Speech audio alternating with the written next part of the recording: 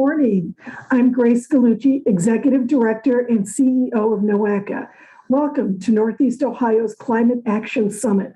I'm honored to be here today representing Noaka, the Metropolitan Planning Organization for Greater Cleveland. As an MPO, we are responsible for planning the future of our region. Noaka's completion last June of the Long Range Plan, ENEO 2050, An Equitable Future for Northeast Ohio, has taught us that to position ourselves as a region of choice, we must be bold in our transportation and environmental planning efforts, particularly as it relates to growth. But we must also be sustainable and resilient to protect the future of our region. This was highlighted in our Vibrant NEO framework as well. Completed in 2015, the plan received the APA's Daniel Burnham Award for Best Comprehensive Plan in the nation. As good as that is, however, it was just a beginning to integrate climate action planning. Vibrant NEO was launched to create a more vibrant, resilient, and sustainable Northeast Ohio, one that is full of energy and enthusiasm, a good steward of its built and natural resources, and adaptable and responsive to change. When people talk about climate change today, we often think of transformative infrastructure investments, providing transportation choices, clean energy technology, and sustainable communities. That's what I think of anyway. They are the ingredients to opportunities for job growth, development, and innovation to help our region thrive. The Intergovernmental Panel on Climate Change finalized the second part of the sixth assessment report, Climate Change 2020 Impacts, Adaptation, and Vulnerability on 27 of February. This report found that human-induced climate change, including more frequent and intense extreme events, has caused widespread adverse impacts and related losses and damages to nature and people beyond natural climate variability. The rise in weather and climate extremes has led to some irreversible impacts as natural and human systems are pushed beyond their ability to adapt. And as bad as it is in Northeast Ohio during the wintertime, this is a totally different scale we are talking about. Across sectors and regions, the most vulnerable people and systems are observed to be disproportionately affected, causing us to reflect on our planning theme of equity. That's why Noaka has dedicated funding, investments, projects, programs, and policies that promote equitable and sustainable approaches to transportation and environmental planning, which means being intentional about the prevention of irreversible climate disruption, especially as it relates to the impact of transportation, again, policies, plans, programs, or projects, or what we refer to as the 4 Ps, as nearly 1/3 of all greenhouse gas emissions are now attributed to transportation sector. That's right, this is the single largest source. And yes, transportation is now responsible for a larger share than industrial emissions. The urgent need for climate action and the ability to influence it through transportation is precisely why we, as the MPO responsible for transportation planning, are leading this climate action planning process for the region and are convening this summit today, along with our partners from the Cleveland Foundation and the George Gunn Foundation. To our leaders and community representatives joining us today from foundations, governments, business, nonprofit, and other sectors, we must work together to cut greenhouse gas emissions and seek carbon neutrality by 2050. This summit introduces our first kickoff to publicly address stakeholders as a community engagement strategy to ensure a cross-sector of communities and people join Noaka to help develop the region's first climate action plan. Your willingness to participate today begins our commitment as a region to discuss climate action planning that will provide us with cleaner air, improved public health, protection of Lake Erie, and precious freshwater resources, more efficient land use and transportation connections, better management of existing transportation assets, increased access to jobs and housing, and improved socioeconomic status and equity. I believe we are ready to accomplish this together. We have an exciting agenda today with dynamic speakers and panelists to begin this call to action. Thank you again for participating. I would like to now introduce Lake County Commissioner John Hamercheck, President of Noaka's Board of Directors, who will deliver welcome remarks. Commissioner Hamercheck, the floor is yours. Thank you, Grace. Thank you to all of you joining us today. On behalf of Noaka's Board of Directors, we welcome you to the Northeast Ohio Climate Action Summit. Around the country, in the state of Ohio, and throughout our local communities, governments, businesses, and citizens are coming together to confront climate concerns. This summit begins our call to action for the Northeast Ohio region. As Grace mentioned earlier, we're embarking on a bold transportation and environmental planning efforts across our region to build a sustainable future. I believe we're up to the challenge, and we can do better, only if we work together.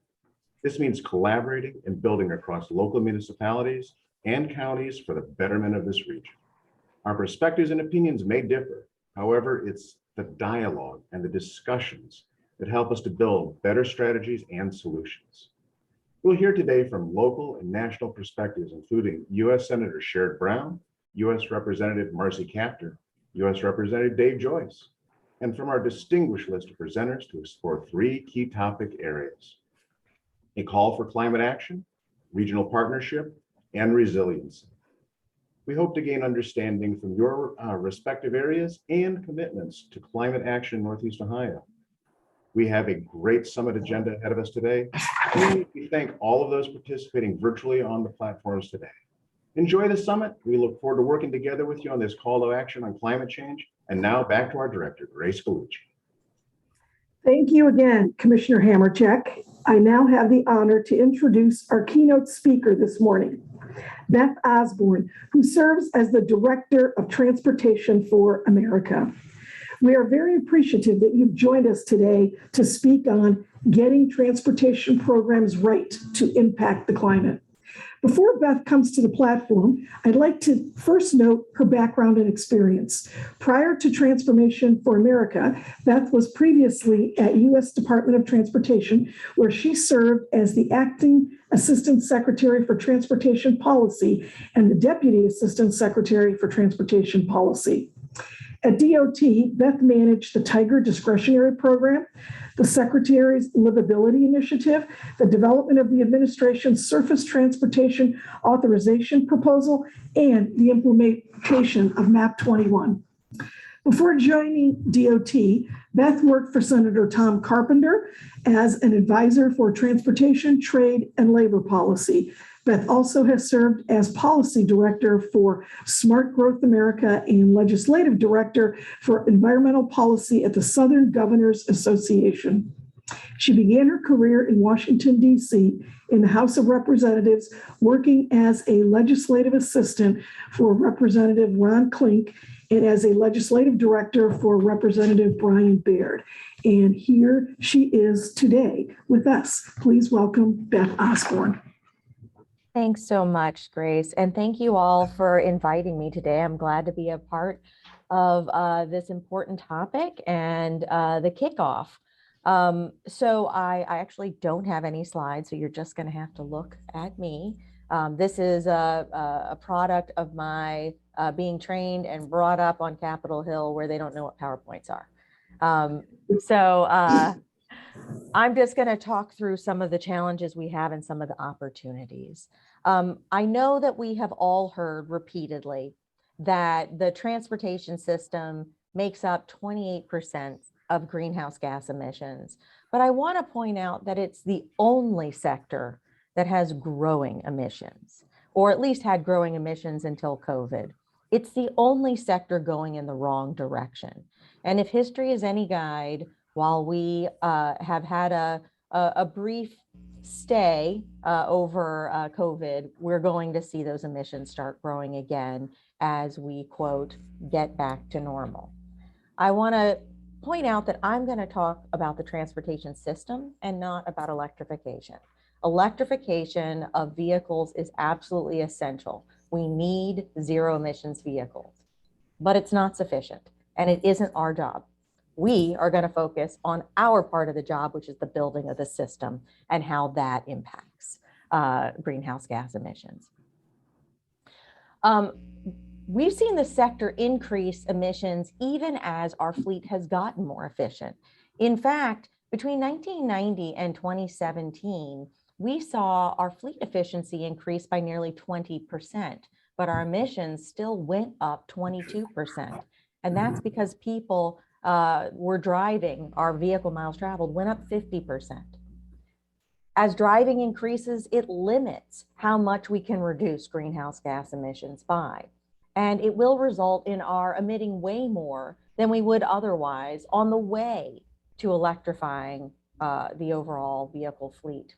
It's like filling a bathtub with a leak. You might eventually fill the hole, but you can do a lot of permanent damage to your house and to the floor that will not magically be repaired just because the leak is eventually fixed. It's not as if there are climate gods out there that we can negotiate with and say, we may have emitted millions and billions of additional greenhouse gas, tons of greenhouse gas, but we eventually got to zero. Is that okay? The answer is no. It's too much greenhouse gas.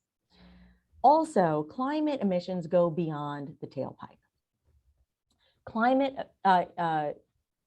emissions come from the entire sector. The building of our transportation system emits greenhouse gas emissions. Also, climate impacts go beyond emissions. There is the heat island effect of having too much pavement in people's communities, the loss of greenery, the loss of trees that we take down to build and expand highways that can be absorbing carbon dioxide. There's the environmental and health impacts that go beyond climate, from runoff to habitat loss. There's the health and safety impacts that go beyond the environment completely. Emissions from brakes, tires, and pavement create fine particles that get into our lungs and create permanent health problems. We found that those very particulates left particularly Black and Latine communities more exposed to COVID because of the weakened lung capacity due to particulates that will not be fixed just by removing tailpipe emissions. We know that the pavement itself leaches out these emissions on hot days, those days that will become ever more frequent. And then, of course, there's the increasing number of fatalities, particularly for vulnerable travelers, that we have seen explode even as driving decreased. There's the equity impacts beyond health and safety. The way we built our transportation community divides communities, the transportation system divides communities. It disconnects people from the opportunity they seek and the needs they require. It increases the transportation costs to the household. Transportation costs that are less predictable than other costs that can explode at times like the one we're in now, where all of a sudden fueling your car costs so much more than you might have budgeted for or expected. And impacts people like me less because I live in a community where I don't have to drive, but I'm one of the people least vulnerable to those price spikes, something we really need to address. There are economic impacts of a car-only serving system. It turns out that car-only communities don't perform as well economically. They drive up the cost to the household because more people need more cars and need to use them more frequently. It drives up the cost to the taxpayer because a car-only community tends to be more spread out in order to move more cars, which take up more space. And that requires more infrastructure per taxpayer. And they aren't as attractive to start businesses in or spend time in. And when people spend time in areas, they spend their money in those areas, and therefore it's more beneficial economically. The point is we can make a huge impact on the climate by addressing vehicles, but leave the rest of this problematic system in place. Why would we do that? We can't fix problems of a car-only system with a car-only approach. So we need to look at what's going on, and we need to question underlying assumptions. Most importantly, we need to name what's really going on and stop hiding it. We are making all of these damaging decisions because our top priority is to move cars and to move them quickly.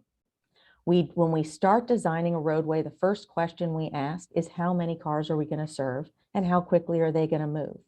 We then ask what might be the dangers of cars moving that quickly and how can we get rid of any obstacles to those drivers who might make mistakes at that speed? And all other questions come after that, if we're going to accommodate other users, for example. And those are all things that come up after we set our budget. We can't allow frequent crossings or mid-block crossings on roadways because that's an obstruction. We can't allow left-hand turns so you can get more quickly where you're going because it slows the traffic on that corridor.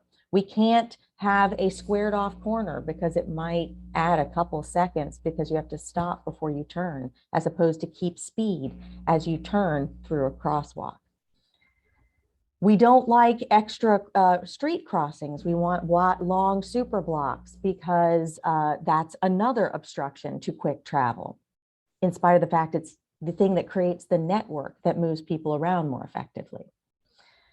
We don't worry about any of these other things until after we get those cars moving.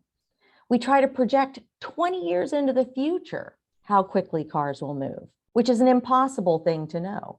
What did we project would be happening over the last 2 years just a year ago or a year before it started?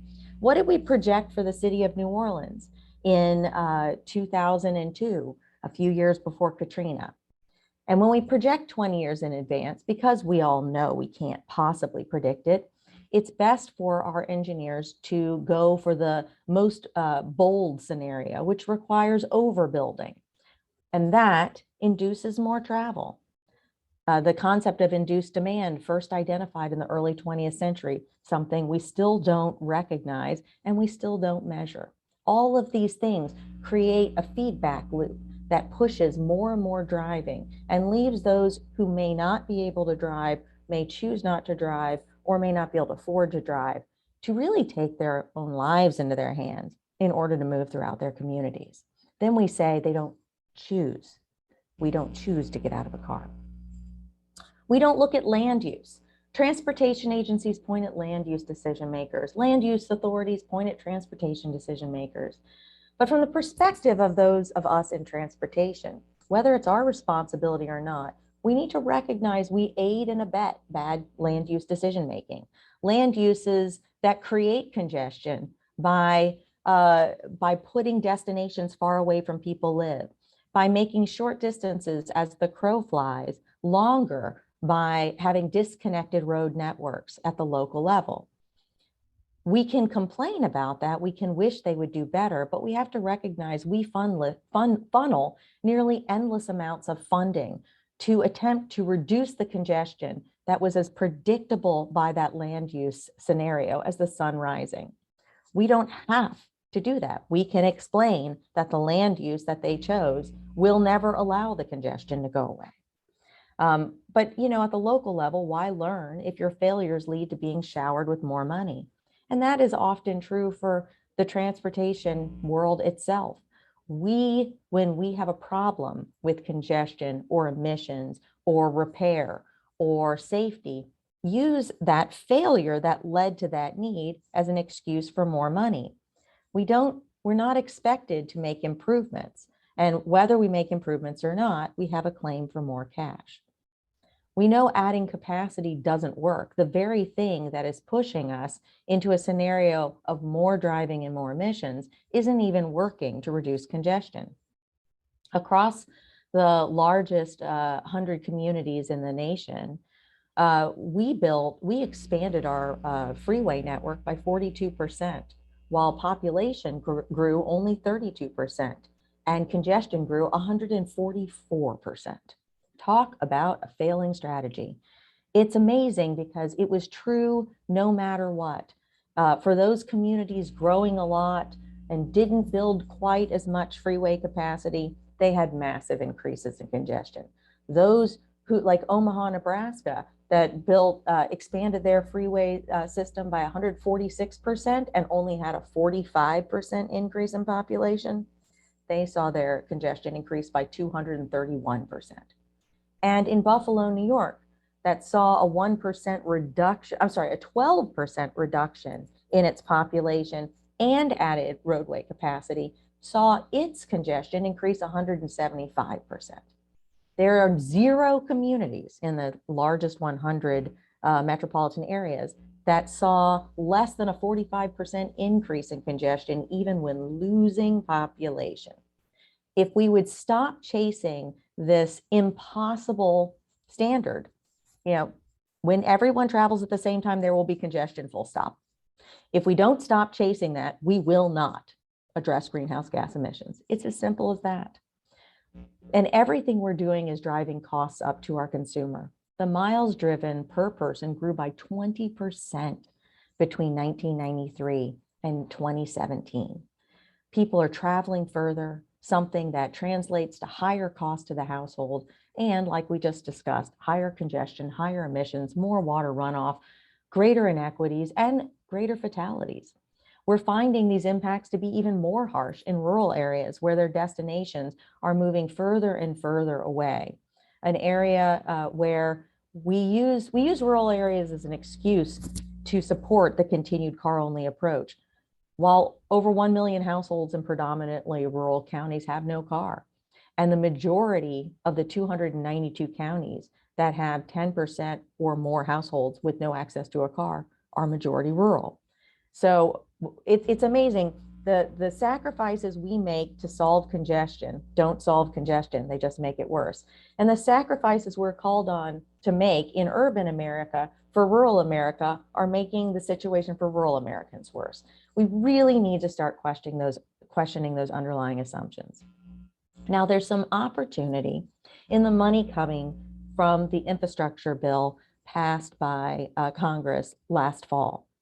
However, there's nothing in the infrastructure bill that will require us to change the product we create or the trajectory we are on.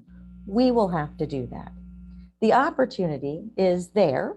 There's a huge new rail program. The rail program is now almost as large as the transit program. And that is very exciting and has great opportunity for longer distance travel and community to community travel. We have the same transit program that we had before because that was the only thing we could come to bipartisan agreement on. And there's still an 80-20 split between transit and highways, though we now see that transit and rail make up about 1/3 of the pot together, a little bit more.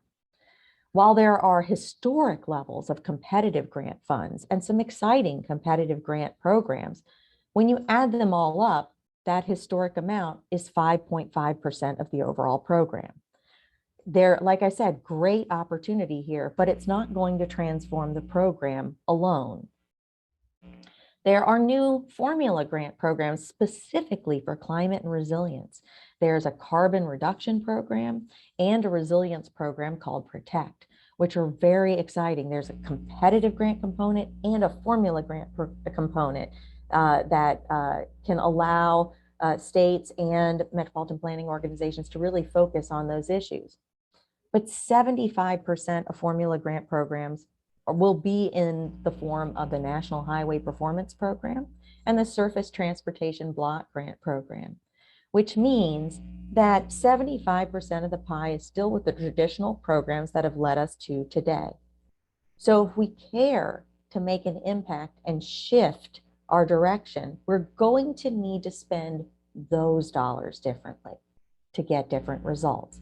We can't just rely on the programs that have the name of our goal on them to address those goals. Every dollar we spend has to be about climate if we want to redirect this huge ship, or we're going to continue to get exactly what we've always gotten. So let's finish up by talking about some of the tools available to redirect the funding that is greatly flexible, that can be used to get different results.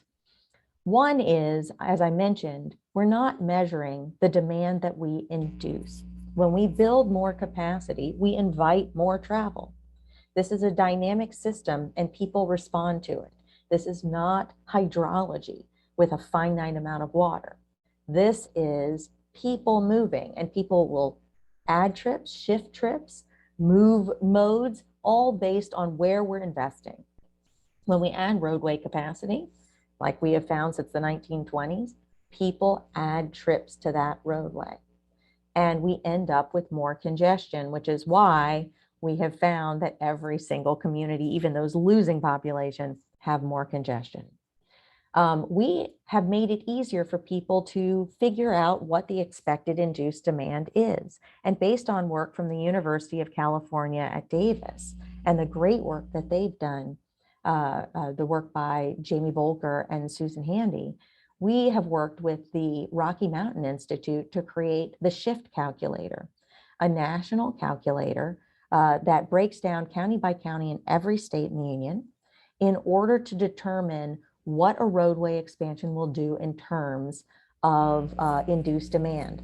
So that if you don't have your own induced demand model, you can use ours, and you can use it and learn from it and make it a little more specialized and integrated into your system. There's no magic behind it. It's just based on about 100 years of study of this phenomenon. We can also use the technology that we have all become so reliant on in our smartphones that we hold in the very palm of our hand to measure something much more user-friendly and consumer-friendly than how fast vehicles are moving. Think about it right now. If vehicles are moving at a fast clip at the expected speed, people don't have to arrive at their destination for our transportation system to get a good score. We don't measure whether people arrive. We don't measure their trip. We only measure the speed across a particular observed segment right now. So if people drive in circles, but at speed forever, that is an A+ system. But if people travel in congestion and arrive where they need to go in 10 minutes, that's something that needs to be solved. Well, that's backwards. We're not rating the convenience of the travel or the access to the things you need, but using GIS and using things like basically the same technology that powers Google Maps and can look at all the different modes of transportation, we can look at whether or not people can reach the destinations they need quickly, conveniently, safely by all modes of travel. It is more consumer focused. It's more equity focused. You can look at that accessibility by income level. You can look particularly at whether or not we're serving BIPOC communities fairly. It allows all modes to be compared. It allows land use and transportation to be compared. Is this a transportation problem to be solved with a transportation project? Or is it a land use problem that can be solved by moving some of people's necessities closer to where they live? And it gives us greater overall insights into how people are moving and what we're getting from the transportation system. For example, we've learned through the work we've done with places like Madison, Wisconsin, the state of Virginia, Washington State, and others, that it's really the non-work trip that determines how many cars a household will have, how much people have to drive, and what modes they choose. I mean, once you've got the sunk cost of a car, you're going to choose to use it more. But it's that non-work trip that pushes people to have to buy a car or more cars, because so little of our transportation system is designed to serve that trip. We're so overly focused on congestion reduction that we focus on peak times and that one trip to work, in spite of the fact that it's only, before COVID, was only 20% of people's trips and 30% of their vehicle miles traveled. Using accessibility allows us to consider congestion and congestion reduction, but only one of dozens of opportunities to improve people's access to necessities and to work and economic opportunity and to improve their quality of life. As accessibility increases for non-work destinations, climate emissions go down. We can also look to other states and regions and what they're doing, like the state of Colorado and Colorado Department of Transportation, which has just adopted a greenhouse gas pollution reduction program that requires all projects to be measured in terms of the greenhouse gas emissions from that project and requires mitigation to reduce that impact. there's really exciting things going on across the country. And we can learn from them. Is anybody doing everything right? No. But there's enough going right that if we pluck from everyone, we can put it all together in a very exciting way. And one thing I think it's really important for us to recognize is we're no longer talking about preventing climate change. We're only talking about how much climate change we're going to prevent, because we took too long to make the hard decisions and the decisions that were required to be made to be able to prevent it.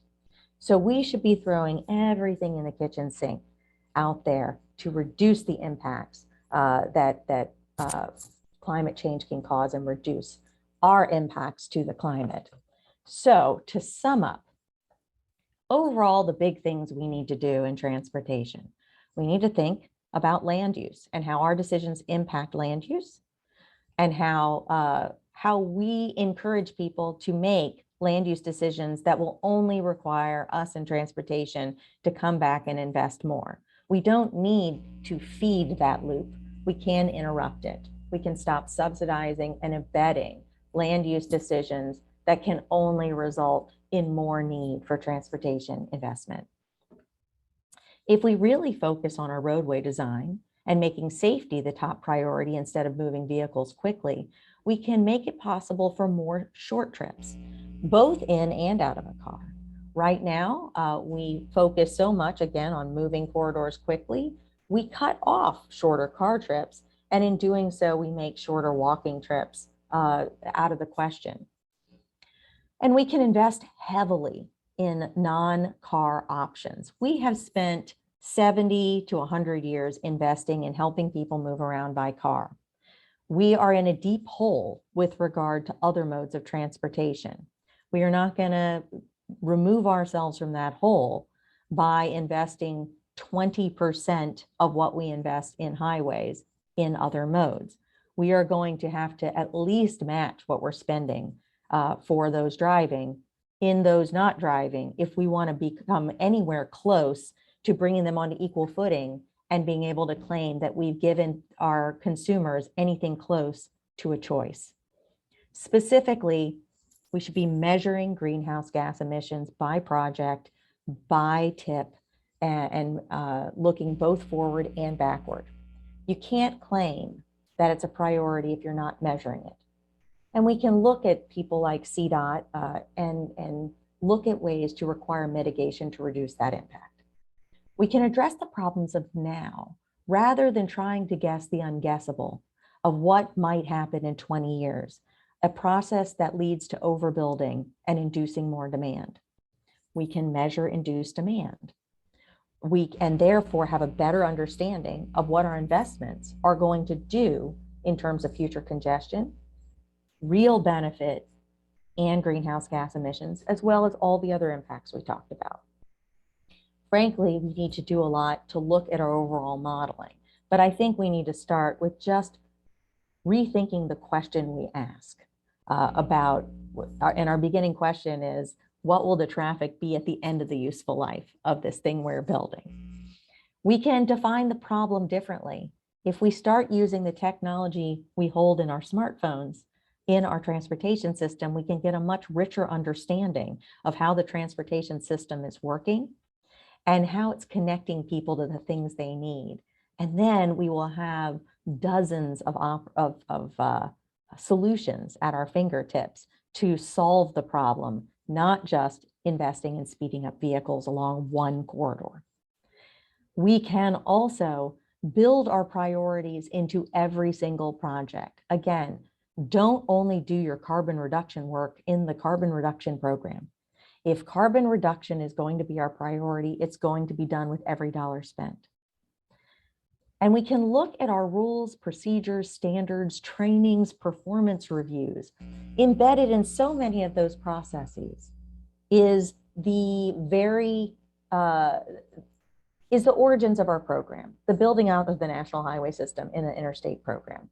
And what we need to do is look through all of them and ask, is doing what we want in reducing emissions the easiest thing to do with all of those rules, procedures, standards, trainings, and performance reviews?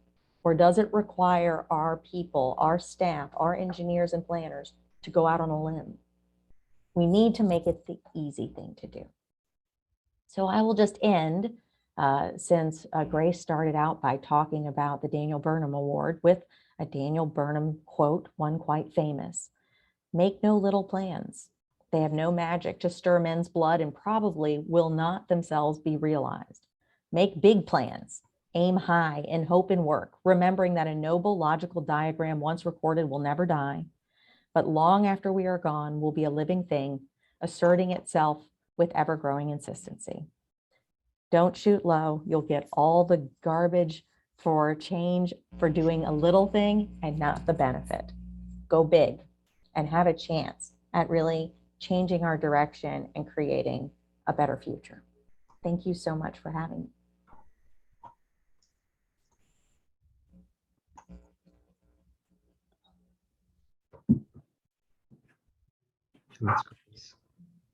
Thank you again to Beth Osborne for those great keynote remarks.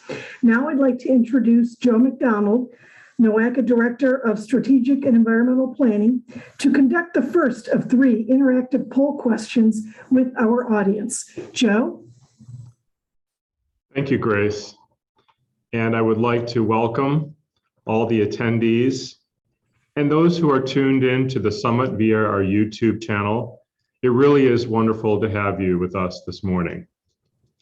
We want to take this opportunity to pose a question to summit attendees to better gauge climate action interest. For those of you on YouTube, you may visit Noaka's new Mind Mixer platform titled Noaka Live to register and participate as we conduct this poll throughout the summit. You may utilize the QR code you see or the link, both of which are shown on your screen. This question and other poll questions will be on the Mind Mixer platform and available for response at any time, now or after the summit. So feel free to encourage others to participate as well. So for the first question,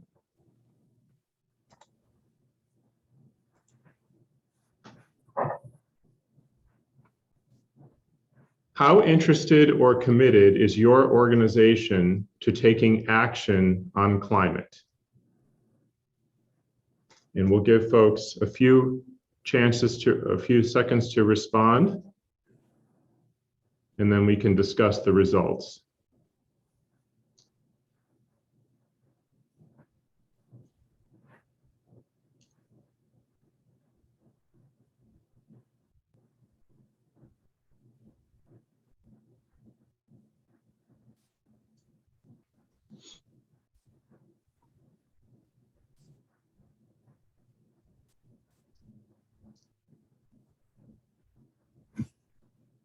Okay.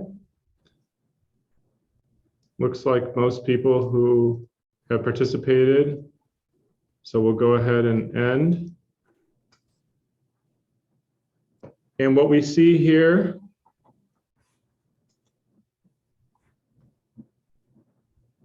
we don't have a majority of any one response, but 43% are interested in developing a climate plan. 31% are willing to consider the benefits of a climate plan, and a quarter of the respondents have already completed a climate plan. So very strong support for climate planning, at least the idea of it, and more than 2/3 have either already done it or are looking to develop one themselves. So that shows a lot of support, which is not a surprise given that this is a climate action summit. And you are the audience that is participating. So wonderful to see. So thank you everyone for taking our first poll question. And now we will send it back to Grace.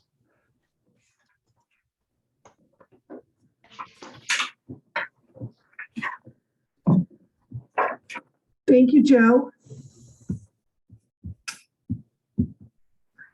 We are now at the part of our summit where I'd like to introduce our partners for a brief discussion on the importance of climate action in Northeast Ohio. Welcome to the platform, Ron Richard, President and CEO of the Cleveland Foundation, and Tony Richardson, president of the George Gunn Foundation. Thank you both for your leadership and partnership with Noaka for this much-needed summit. Before our discussion, I'd first like to give you the opportunity to speak on your organization's respective commitments to climate action. Ron? Or Tony? Great, Grace, I'll jump in. Thank you, and thanks to Noaka and your team, Grace, and your leadership for convening this summit. And so I'll just start at a high level, and I want to be mindful of time to know Ron has to jump off. Since the Paris Climate Accords were signed in 2015, the George Gunn Foundation has used the agreement to really guide and shape his work on climate. And the Paris Agreement, as you all know, is a legally binding international treaty on climate, which at a high level aims to limit global warming to 1.5 degrees Celsius. And so to achieve this goal, we know that we have to reduce greenhouse gas emissions by at least 80% by 2050. And quite honestly, many scientists think this is not aggressive enough. And we also have to be on the path towards 40% reduction by 2030.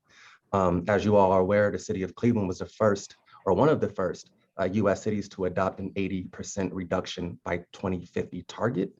And so as you know, there'll be a lot of people today talking about climate action and what we can do, and we have federal representation. And so you will hear a lot about many of the advancements made on the federal level to address climate, but we have a long way to go here in Ohio. Ohio is actually the third largest greenhouse emitter in the US. And if we were our own country, we'd be the 26th largest emitter in the world. And so we know that the foundation the work that we support in Northeast Ohio has significant global implications. And we really want to center all of our work around carbon mitigation efforts, around climate justice, racial equity, and we believe that Noaka can be a catalyst for climate work, right? And be a leader in helping Ohio improve on climate while simultaneously strengthen our economy. And last but not least, when we think about our existing manufacturing base and infrastructure, we believe that Northeast Ohio can become a leader in clean energy innovation, investment, talent, and jobs. And with that, I'll turn it over to my colleague, or back to you, Grace.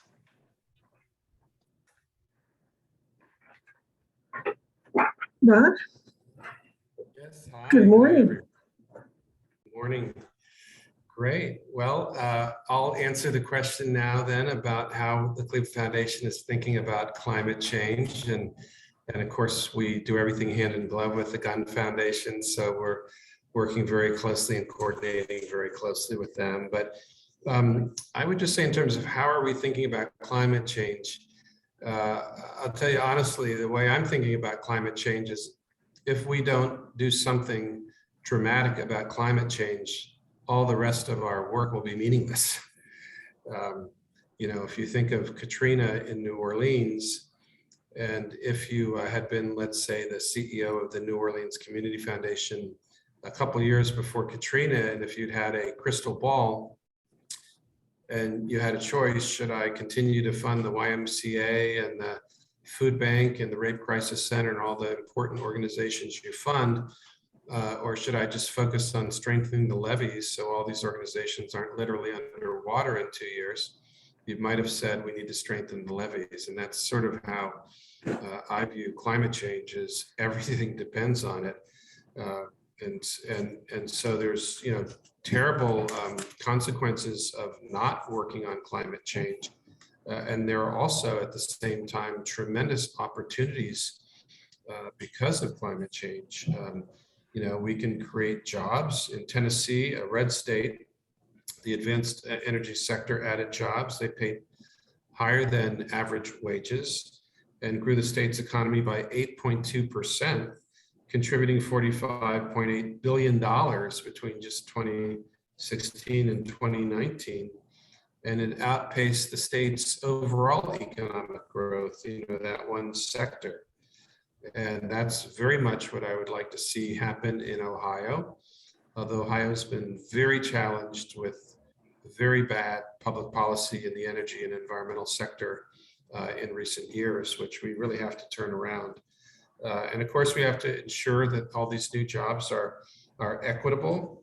Currently less than 10% of America's clean energy jobs are held by African Americans and Latinos, and we have to ensure that growth in advanced energy is equitable. We have to make the grid more resilient. I mean, if you look at what's going on in the Ukraine right now, and this is, how I felt, for 18 years now, the Cleveland Foundation's been trying to put the first freshwater wind farm in Lake Erie off of Cleveland. If you think of the Ukraine, a single missile can take out a coal power plant or, God forbid, a nuclear power plant. A little harder to attack, 10,000, freestanding, wind turbines. And so from an energy resilience point and a national security standpoint, we really need to get to distributed energy.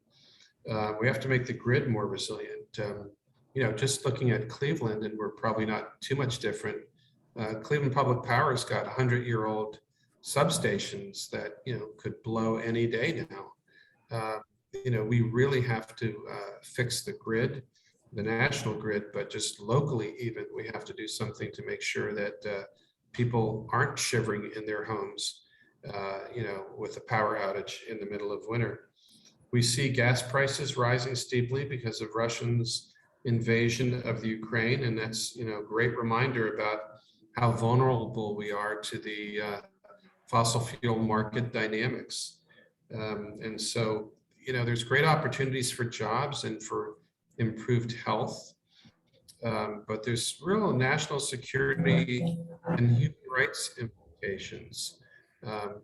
Europe is very straitjacketed because of its dependence on Russian oil and gas in terms of, what they can do to combat this just human rights tragedy going on in the Ukraine. So for all these reasons, we care deeply about combating climate change and view it as the moral imperative of our age. I'll stop there, Grace, but. Thank you very much for both of your comments. You've both given us something to think about relative to climate action in Northeast Ohio, including some of the reasons that we need to think of this as urgent. What types of approaches are necessary to mobilize communities to work together here in Northeast Ohio? How do we get that done?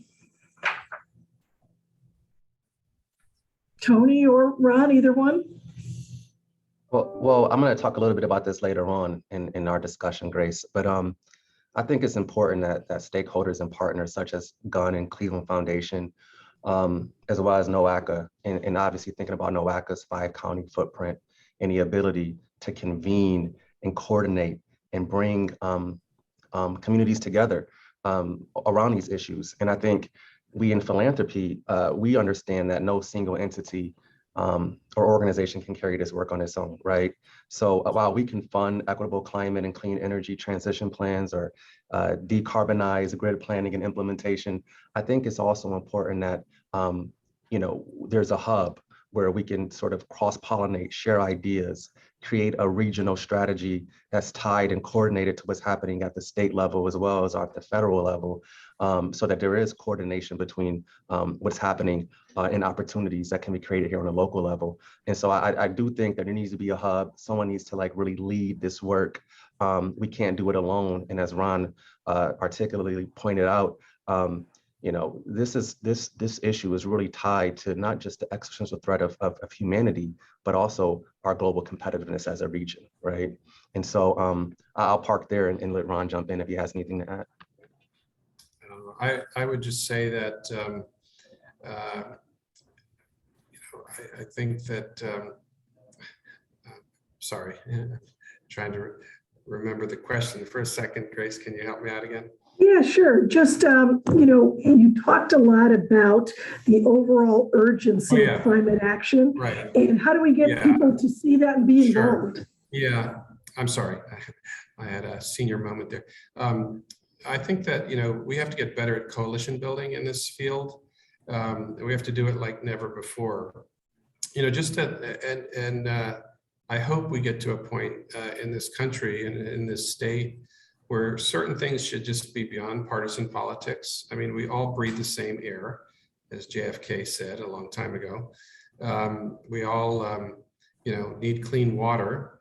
And so I think that we have to do a better job of reaching that across the aisle. And, there are hunters and fishermen and people in agriculture in this state in rural areas, and most of the state of Ohio is rural, and most of the country is rural.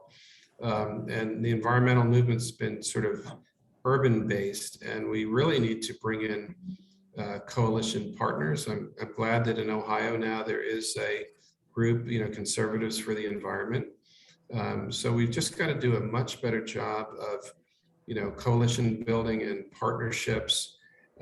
And then I think also in terms of, corporate interests, there is money to be made in the clean water sector, in water technology sector. There is money to be made in producing wind turbines. This state knows how to bend steel, and we have steel plants, and we've got companies like Eaton and Parker Hannifin that make storage systems, for wind turbines. And so we have to find a way to get the corporate community and the environmental community, the agricultural community, and others in the state that just enjoy, the natural environment, to really work on this and really influence state laws. We've been hampered by just a few, companies like Murray Cole and others that have outsized influence in the legislature. And I think we really need to do a lot of public policy advocacy to turn that around and, get a level playing field. Thank you, Ron. I think that's right on target. What happens if we do nothing here in Northeast Ohio? Tony? So, I think it's more of the same, right? As I mentioned and pointed out earlier, I think we're the third largest emitter of greenhouse gases in the country. And we could easily become number one, right? And we become a less attractive place to do business in the future. And if we don't do anything, who knows? We can be wiped off the face of the planet. I don't want to be that extreme, right? Or put fear into anyone, but this is an urgent issue. And I think we owe it to future generations. And during our time here on Earth, we have to be mindful of making sure that future generations can take advantage of the opportunities that are here and just life, right? Health and safety and wellness. And then last but not least, I think again, I keep talking about our viability as a region, right? In terms of the economy. And so we can do nothing or we can really step into this moment, own it, and become champions for this work. Thank you, Tony. I think what's important as a message out of there is we often look at ourselves and say, little old Northeast Ohio, we're just a small part of the nation. We're just a small part of the world. But when it comes to climate change, we're actually not that small. And I think your points really come across and take that message home.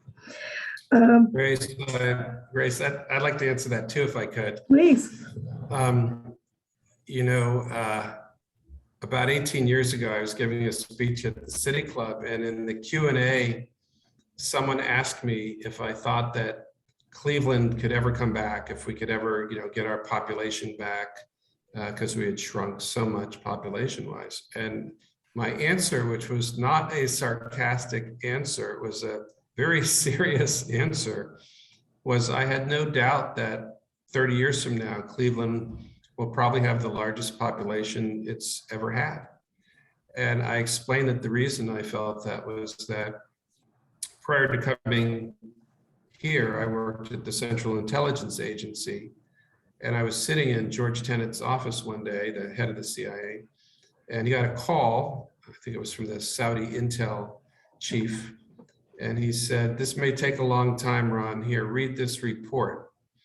And he handed me a report, and it was the CIA's analysis. It's since been declassified, so I can talk about it. It was the CIA's analysis of the impacts of climate change on the United States, including our military force postures, but just also movements of population. And it had maps like 10 years from now, 20 years from now, 50 years from now, 100 years from now, which showed, much of the East Coast underwater. And where are all those people in Florida and the Carolinas and even Washington, D.C.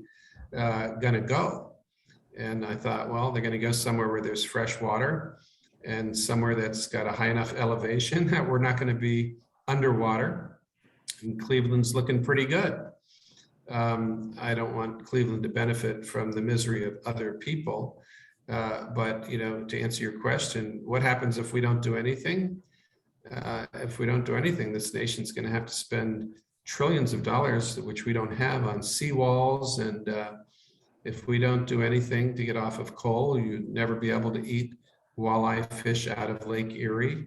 We're going to have really serious problems with, drought and as a result of that, serious increases in food prices and even scarcity of food. I mean, it is a really catastrophic vision if we don't do something. If we don't do something really soon. So I think there's nothing more urgent for us to work on than this. Thank you very much. Those were terrific statements, and I appreciate both Ron Richard and Tony Richardson for joining us for this discussion. We will hear more from Tony later in the program, and I want to sum this up by saying, if we do nothing, as Tony and Ron said, we have a community that doesn't thrive and that perhaps even dies. If we do something, we have a future ahead of us that is resilient and that allows us to really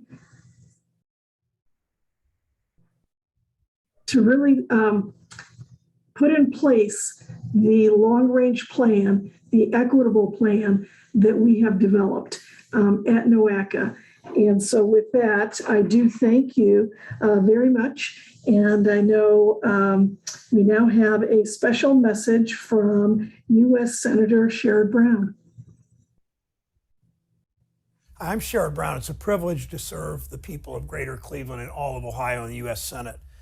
Grace, thank you and everyone with Northeast Ohio Area-wide Coordinating Agency for the work you do. It's great to speak with Noaka again after our conversation in January about infrastructure and how we're going to create jobs in every city, every time. I think we've frozen. Township in our state.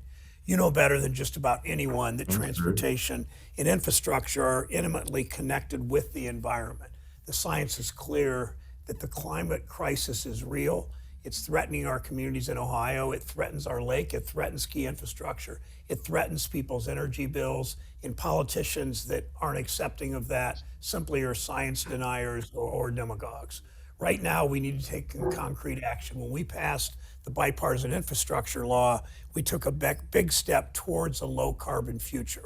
We'll replace Ohio's aging bus fleets with modern zero emission vehicles. We dedicated $7 billion to build electric vehicle charging stations. We made a historic investment in the Great Lakes Restoration Initiative to protect and clean up our lake that so many Ohioans depend on. Think about this. Now we have a president who actually knows about the Great Lakes and believes in the Great Lakes, and whatever party any of you are that are watching, we know the threat we faced from President Trump, who tried to eliminate the Great Lakes Initiative, and now President Biden has specifically come to Lorraine, come to the North Shore, if you will, of Ohio to invest more in the Great Lakes Restoration Initiative. We know what that means. Ohioans has proved for years that we don't have to choose between cleaning up the environment and growing the economy. There's a reason President Biden chose the shore of Lake Erie to announce that record-setting $1 billion.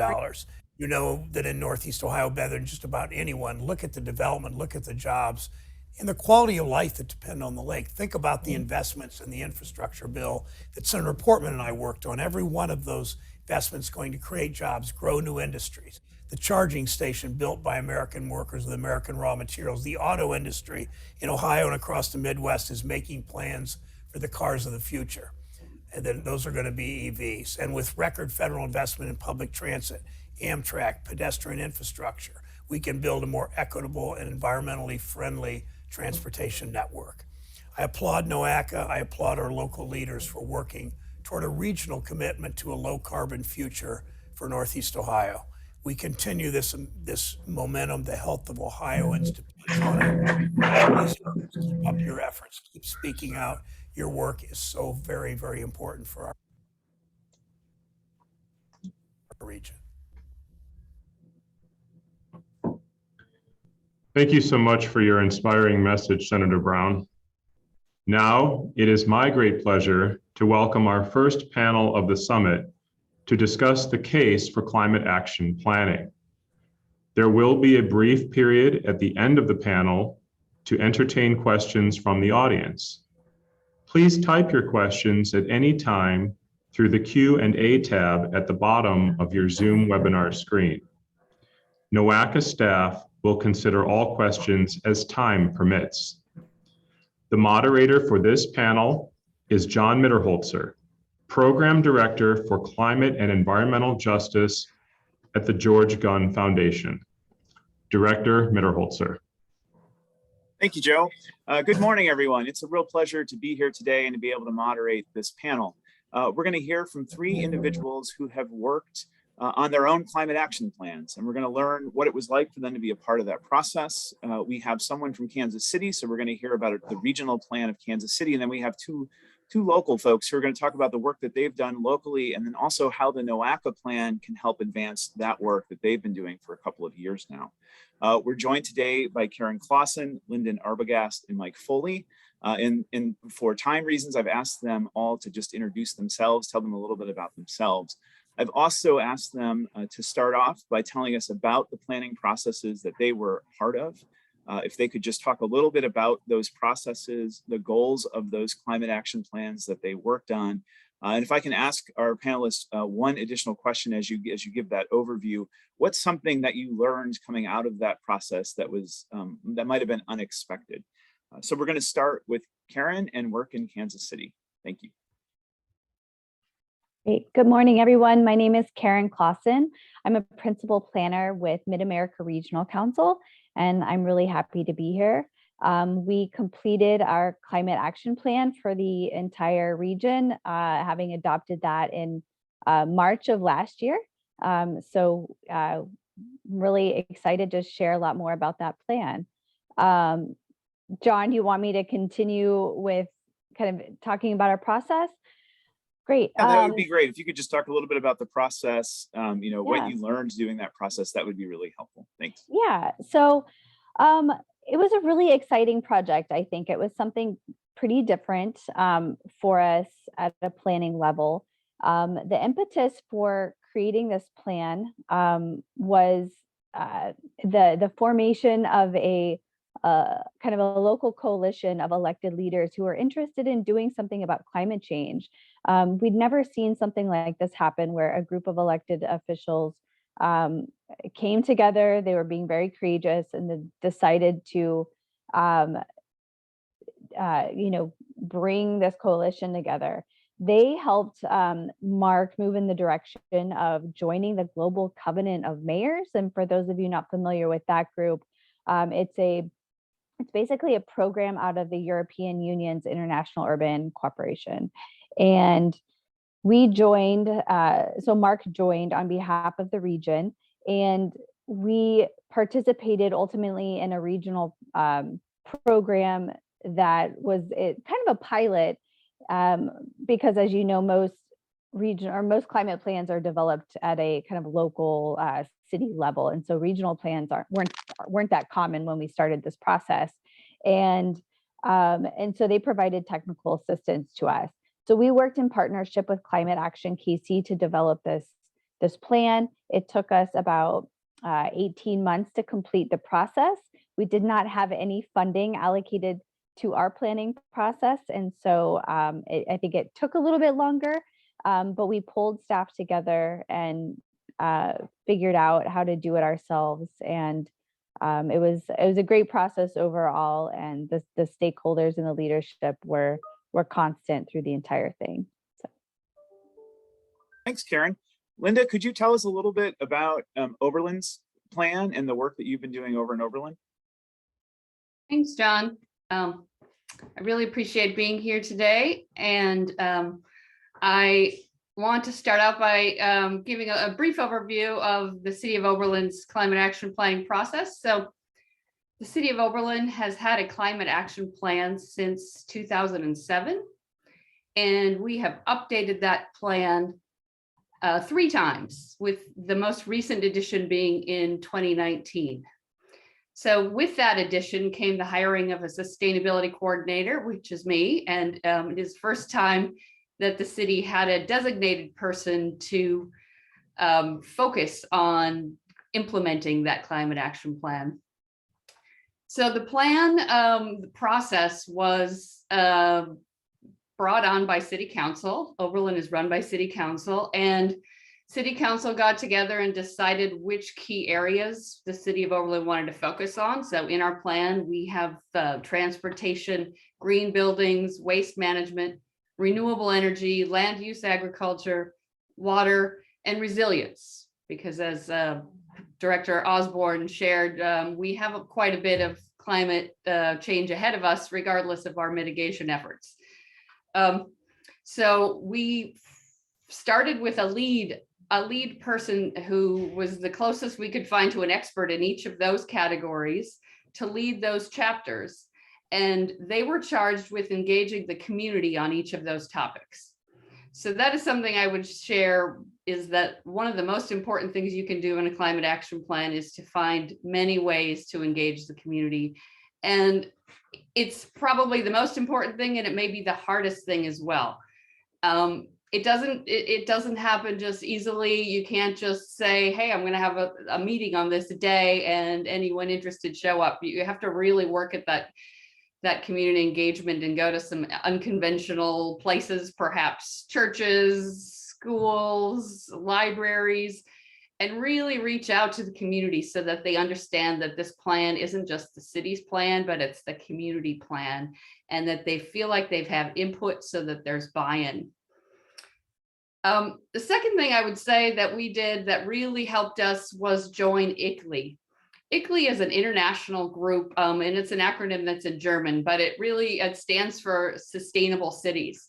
So as an office of one, it really helped me to be a part of this initiative, where I work with cohorts, so that when I'm doing my greenhouse gas inventory, I'm not doing it on my own, but I have a cohort of communities throughout the United States and even the world who are working on these same efforts. I mentioned having a sustainability coordinator. It really does help to have someone whose job it is to focus on implementing your climate action plan every day. It is obviously clear that one person can't do any of this, but one person can focus on it and engage the community and keep the conversation going. We're also fortunate in Oberlin that we have designated funding to implement our climate action plan. So that's something, if at all possible, to have some funds. And again, those funds will likely not be able to implement all the work you want to do, but they will be there to be seed funding, so that I can actually open my door to community members who want to walk in and say, hey, I have a great idea about electrifying transportation. So come on in, and I can work with them and develop proposals. And in the last 3 years, that's how we have really gotten to our goals. And I want to just end by saying that in 2015, we met our goal of reducing our emissions by half from our 2012 baseline. And our next goal is in 2030 to get to 75%. And it's a tough one. And as you get closer, it gets harder and harder. And I think you all know that. So having designated funding really helps. There's a lot more I could say, and I really look forward to the rest of this morning. Thanks, Linda. I appreciate that overview of Oberlin's work. Mike Foley, could you talk about your work at Cuyahoga County? Yep, thanks, John, and thanks, Noaka. So I'm Mike Foley. I'm the Sustainability Director for Cuyahoga County, and I've been here since 2015.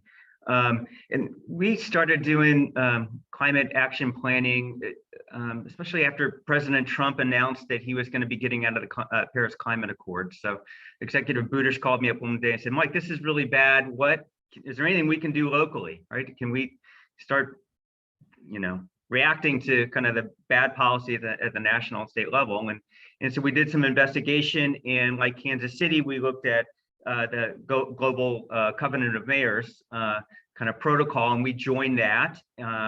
There's a nice cohort of cities and counties and local governments that are starting to think about this stuff and have been thinking about this stuff for a while. And out of that, we looked at the methodologies that other local governments had been putting together in terms of putting together climate change action plans. So we jumped on board, and in 2018, we were able to get some money out of the county to help do specific and explicit planning around putting together a climate change action plan, working with our county planning department, our county board of health, our solid waste district, our soil and water conservation district. So we tried to put a number of organizations together who explicitly work around county government to start thinking about what are the things that we need to both measure and implement. And I think, John, I think implicitly one of the things we all understood, and I think our county council understands and our local government understands, that this is a problem, right? This is not, this isn't some phony, kind of thing that doesn't exist, and that we have to deal with it. But what are the things that we specifically can do at the county? So, one of the things we really wanted to do is just try to describe as accurately as possible what climate change would mean to the region. So we know that we're going to be a warmer, it's the 4 W's, right? The warmer, wetter, wilder weather in our community. And so how do you describe that? How do you put graphs together to make that explicit to folks? And so our county planning department has done a really good job of kind of putting together graphs and maps and doing an explainer of that. But then the other stuff of that is, what's the implementation part of that? So we know we need more trees. We know we need to work on energy. We know we need more infrastructure for electric vehicle charging stations. And I think we all knew that those are things we needed to do. But one of the things the plan gives us is kind of that thing to point to and say, hey, we've done this analysis. We've done this kind of processing of what we need to do, and we can point to that. And it gives us just kind of another argument to buttress kind of stuff that I think that implicit we always knew we needed to do: increase energy resiliency and clean energy. So we've put together solar. We've got a large solar farm and a landfill. We've got a lot of rooftop solar now. We've got a residential solar co-op that we work with. We've created our own county utility. And part of the reasons is that we've been able to use that plan as kind of the not justification, but at least kind of the one of the bases for us to kind of think about some of that work. I agree that funding is really important, right? So as Linda said, there's got to be some resources available just to work on this stuff. And at least at the county level, we've been lucky. We've had some real champions in our local county government, including Executive Budish, but also Councilman Miller and Councilwoman Simon, who are on our county council, really been thoughtful about this. So I think you need some champions in local government as well to work on some of this stuff. So I'll stop there, and we can go on. We'll answer more questions. Thanks, Mike. We've got a couple of questions in the queue already. I've got one more question I'm going to ask, and then I would encourage those who are watching to use the Q&A feature and submit your questions as well. Karen, I have a question for you in Kansas City. I mean, we certainly know the urgency of the moment. We know how much, how fast we need to move to really start reducing greenhouse gas emissions globally and then in our own places where we live. I wonder if you could give an example of how your climate action planning helped accelerate some of the work you were already doing, or help to implement some programs that you hadn't been able to implement, but were able to use the plan as a way to do so. If you could just give us an example or two of how that happened in the Kansas City region, I would appreciate it. Yeah, I think the biggest momentum and implementation that we've seen has really been at the local level. Mark has always been involved in climate resilience work, and either through our environmental program. Karen, you went on mute there accidentally. Sorry about that. Yeah, so I think at the local level is where we've seen a lot of that momentum. Some of the things that we have seen as we, after we adopted the plan is Several of our counties and many of our cities have adopted the plan or passed a resolution of support or some similar action.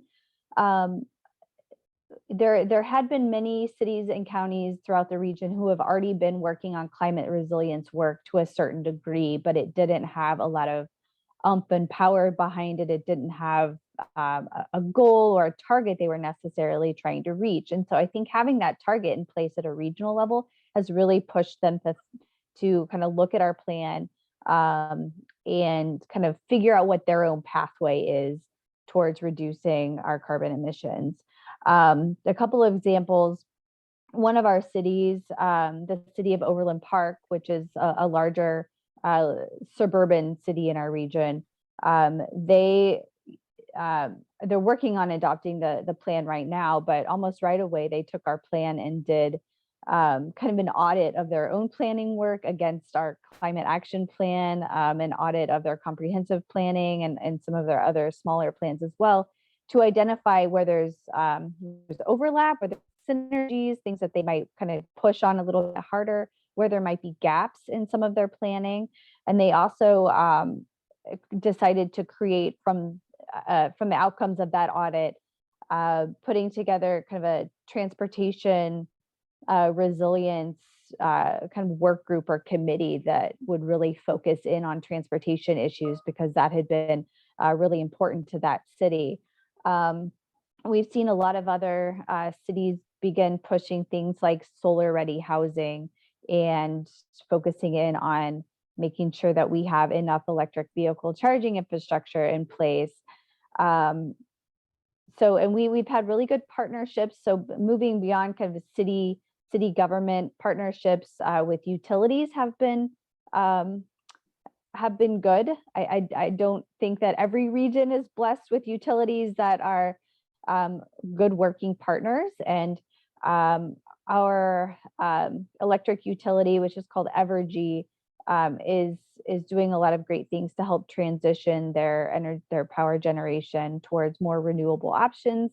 They have created a program for cities to opt in to a kind of a new business model where they will be paying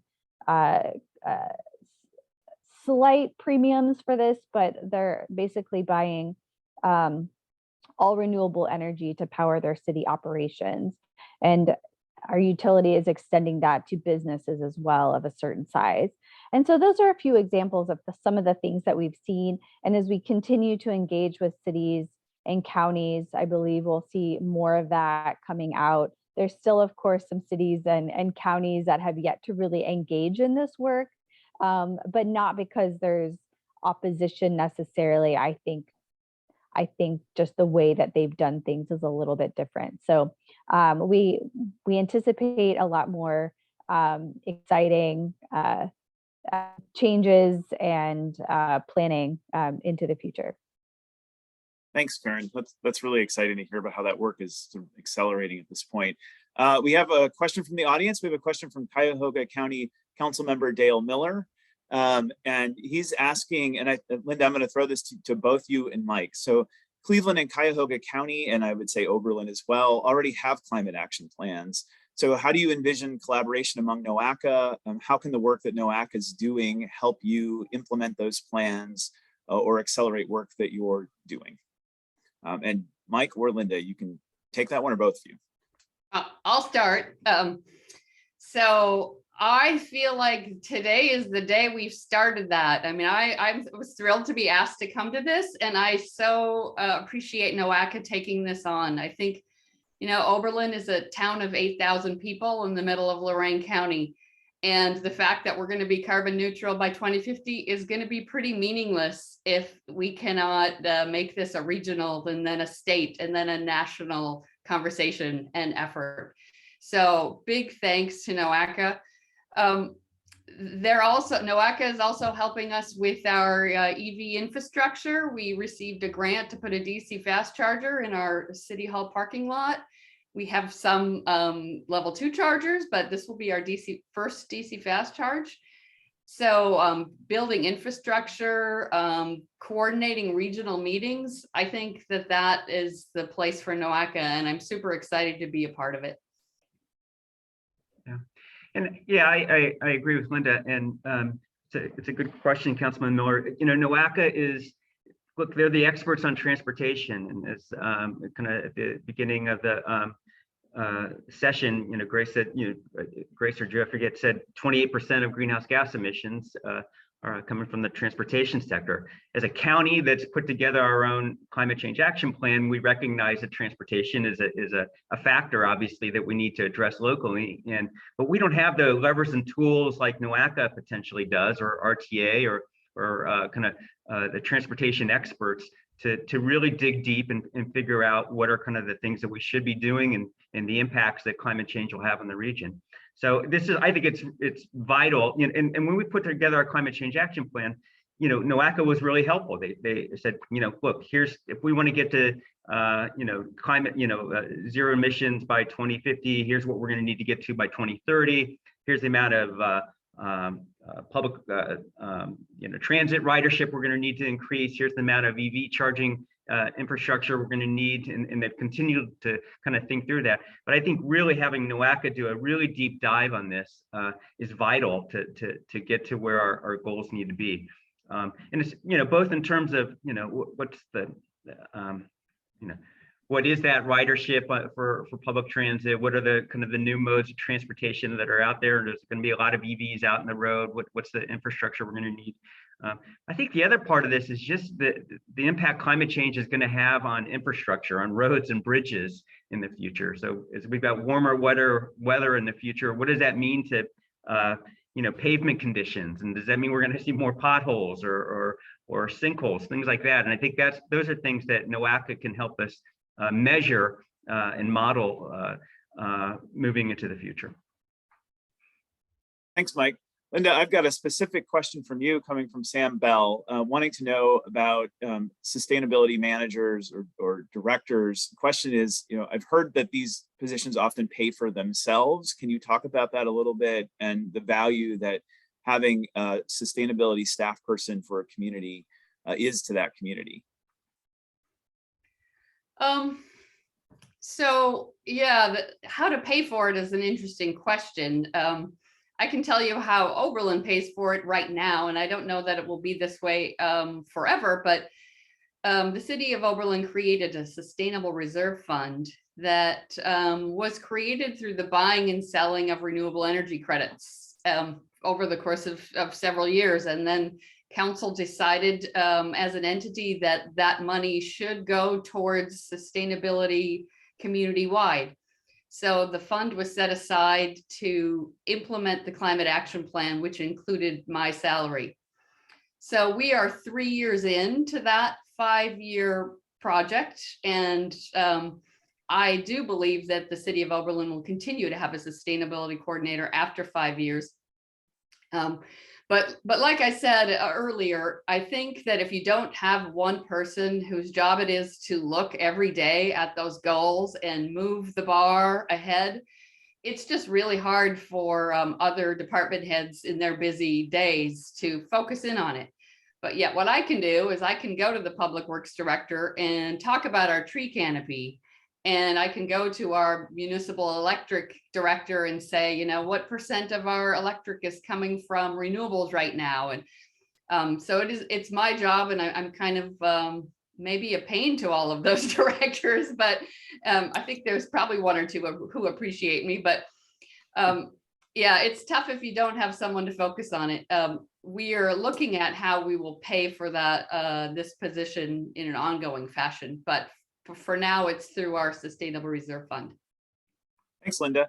I've got a couple of questions about metrics. So Karen, I'm going to turn to you because I am curious about this. So what are some of the metrics that you're using to make sure your plan is on track, that you're making progress?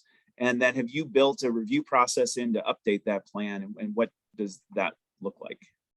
Those are great questions. Yes, so we do have a set of what I'll say pending metrics for the plan. We're in the process of working on setting up a new council called the Climate and Environment Council that will kind of be the first step in the process to develop those metrics. One of the ones we're working on right now among our transportation staff, however, is trying to set a VMT and electric vehicle target. Those are some of the first ones that we called out in the climate action plan that we wanted to tackle. But some of the metrics that we're looking forward to putting in place, so include those. I think we want to have some that focus on green infrastructure, and whether that's kind of looking at tree canopy coverage in the region, that will be a focus of one. Number of kind of installed green infrastructure improvements. We have several different kind of climate action areas in our plan. So we have ones that we'll be focusing on that are kind of food and agriculture related. So acreage that is considered regenerative agriculture practices, whether that's, cover cropping or what have you. Urban gardening as well will be included in that. We have some engagement metrics that we'll be tracking as well, because our plan from the very beginning was very sort of equity centered, as I think, all climate action plans need to be. And so we'll have engagement metrics as well that are really focused on that.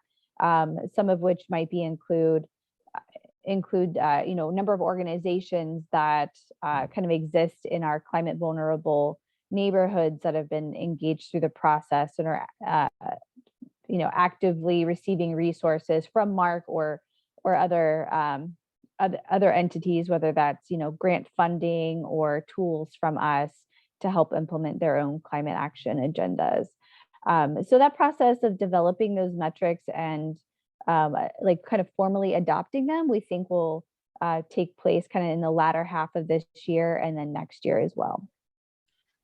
Thanks, Karen. That's really helpful. I've got an excellent question from Chad Stevens, and this is open to all three of you. So what are you doing? What have you done to ensure that Black and Brown residents are being a part of the planning and decision-making process when it comes to your climate action plans? So how are we thinking about our residents of color, and how are we engaging them in meaningful ways? And anyone who wants to answer that, the floor is yours. I'll start. Certainly an important question, and kind of an ongoing question, as is the whole question of community engagement. I will say that my feeling is when we adopted this climate action plan update in 2020, while there had been some community engagement, my feeling was it wasn't enough. And so when I started my job that year, I started in the community engagement focus and really looking at inclusion and diversity and who wasn't a part of this conversation.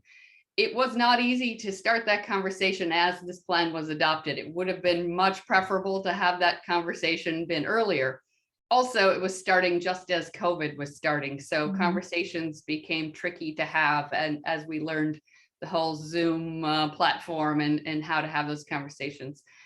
But since then, our city manager has taken on an initiative where he's looking at all city services, including environmental sustainability, through social justice lens. And he's really working to have workshops, have conversations about social equity in all elements of public service throughout the city. So I've been involved in a lot of those conversations as they relate to climate justice and sustainability.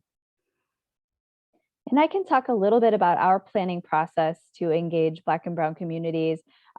Similar to what Linda said, it was very difficult during our planning process to have as deep of engagement as we would have liked to with those communities, because the pandemic had just started right as we were beginning and launching our planning process. And I think some of our Black and Brown communities already had a lot of engagement fatigue, because there's a lot of planning going on different topics, especially housing in our community.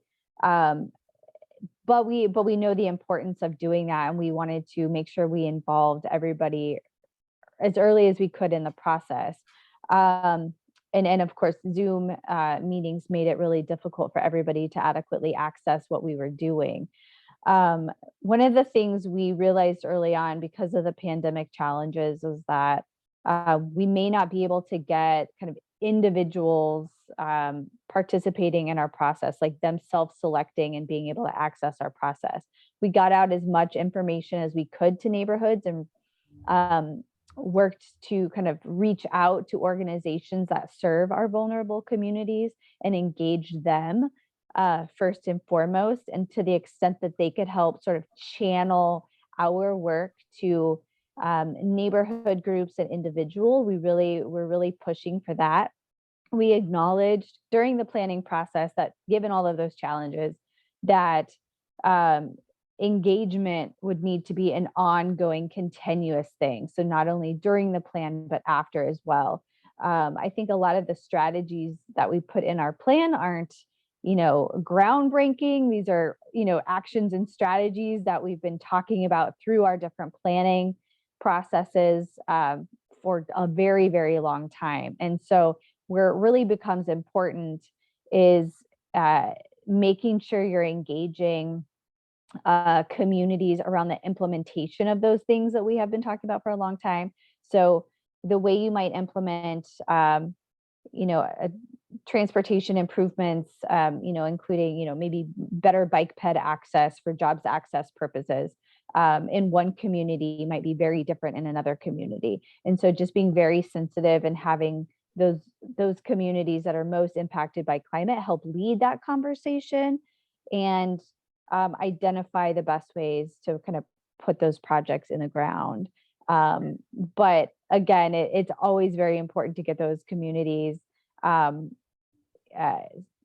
in on the process from the very beginning and have them help even kind of develop the process if at all possible. We were just very challenged by that, which is very unfortunate. But I think we had some success in working with some of our committees that are focused on equity, helping to guide and almost audit our process to make sure we were being inclusive as we possibly could at that time. Well, thanks, Karen. And it's hard to believe that our time is already up. I think we could have talked for another hour. It was really great to hear from all of you. Thank you, Mike, Linda, and Karen. And appreciate your time today. I think we learned a lot. And I'm sorry for all of the other individuals who had many more questions that we just simply couldn't get to, which I think is a great thing. Clearly, you are all interested in this, and we hope that you will remain engaged throughout this process that Noaka is about to undertake. So thank you to the panelists, and back to you, Joe.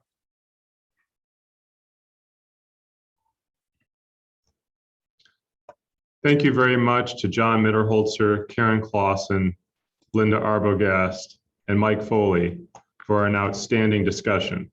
We sincerely appreciate your support of Noaka's effort. We would like to take this opportunity to pose a second question to summit attendees to better understand climate action engagement.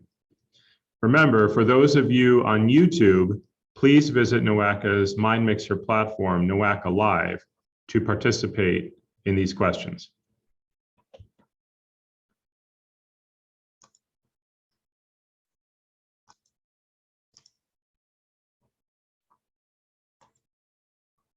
Okay, our second question, how likely are you to engage with Noaka on the Regional Climate Action Plan? I'll give you a few seconds to make your selection, and then we'll talk about the results of our online poll.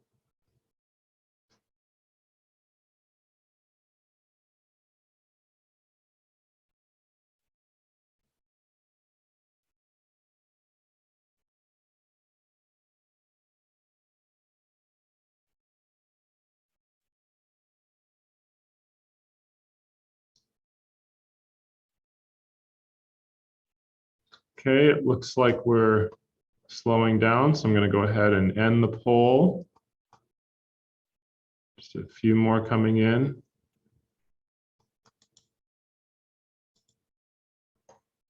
Okay, so the majority of folks are interested. Majority of the respondents are interested in engaging. Some of you are already engaged. Nobody is not interested. So by your presence here, that makes sense that everyone who responded and who's at the summit wants to at least consider the opportunity. And I'm glad that the majority of you are interested in working with us on this process. Thank you for taking our second poll question. Now, here's a special message from U.S. Representative Marcy Kaptur. I'm honored to join Noaka today for its Climate Action Summit. Please let me thank the Cleveland Foundation and George Gunn Foundation for partnering in this important conversation. Special plaudits to our region's real friend, Grace Gallucci, Noaka's steadfast leader for everything you do for Northeast Ohio. You have been such an effective partner as we think boldly about what our future can be. A few weeks ago, I hosted an initial discussion with local stakeholders from across Ohio to talk about how we can work together to take advantage of the billions of dollars in new funding being made available from the Jobs and Infrastructure Bill. I'm proud to have fought alongside my colleagues to pass this historic bill. The Jobs and Infrastructure Bill will invest billions of dollars directly for jobs and infrastructure, including for roads and bridges, clean energy technology, multimodal transportation, coastal resiliency, and so much more. America needs smart strategies to tackle climate change and conserve our precious environmental wonders like Lake Erie and our Great Lakes, the largest body of fresh water on Earth.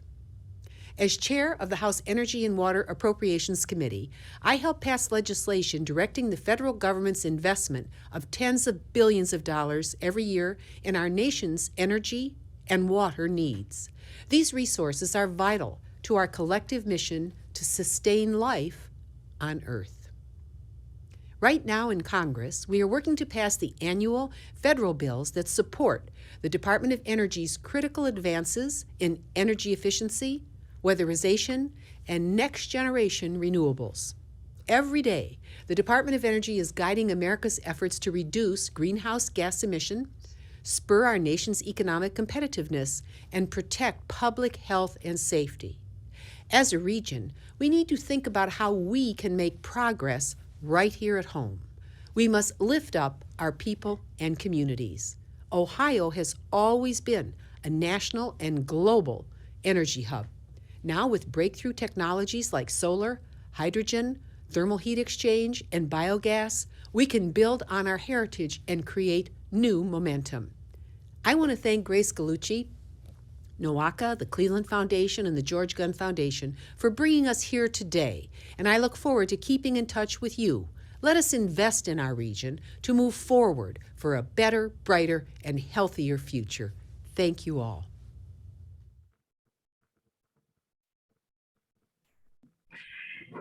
Thank you so much for your motivational message, Representative Kaptur.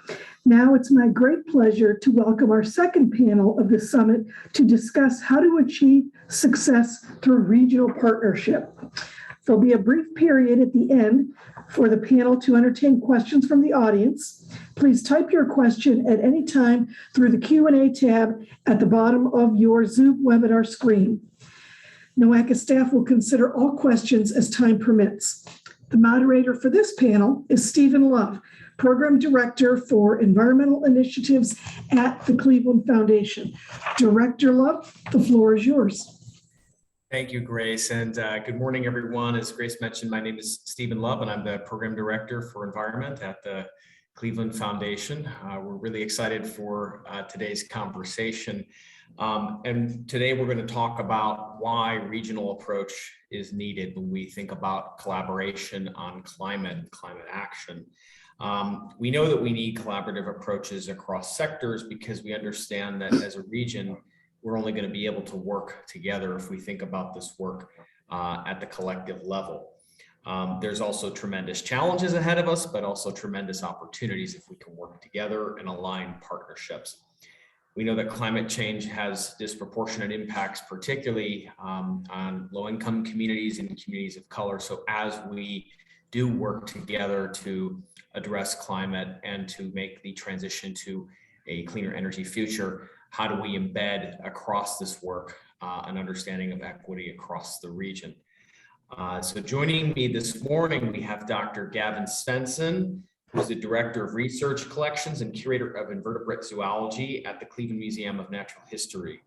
Dr. Svensson oversees a large and diverse staff of scientists and conservation specialists there.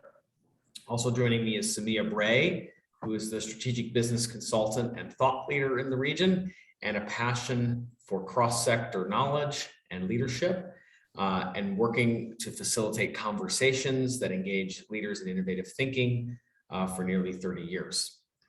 We finally have Michael Peters, who's the CEO and co-founder of Sway Mobility, which mixes a background in public policy, investment, banking, sustainability, with a focus on transitioning to an electric future, complete with electric vehicles and shared mobility programs.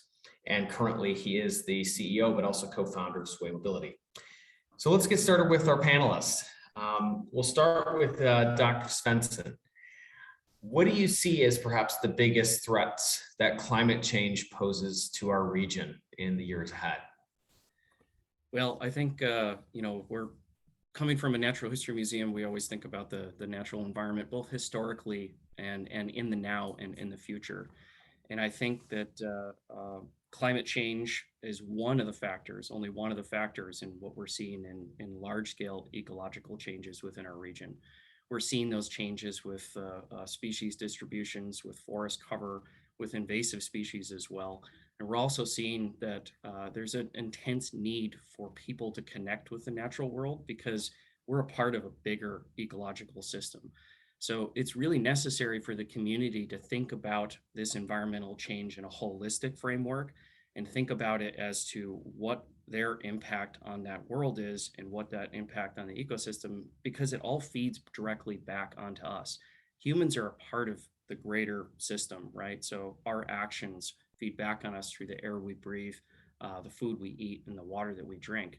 And any destabilization of an environmental system is a destabilization on what we have grown to rely on and take for granted, really, as a stable ecosystem, both in where we're able to source our food and the ecosystem that we're able to enjoy.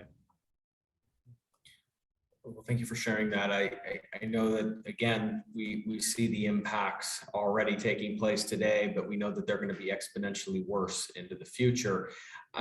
Curious, Gavin, as you're thinking about taking action, what might be the opportunities for our region in a scenario where we do take action on climate?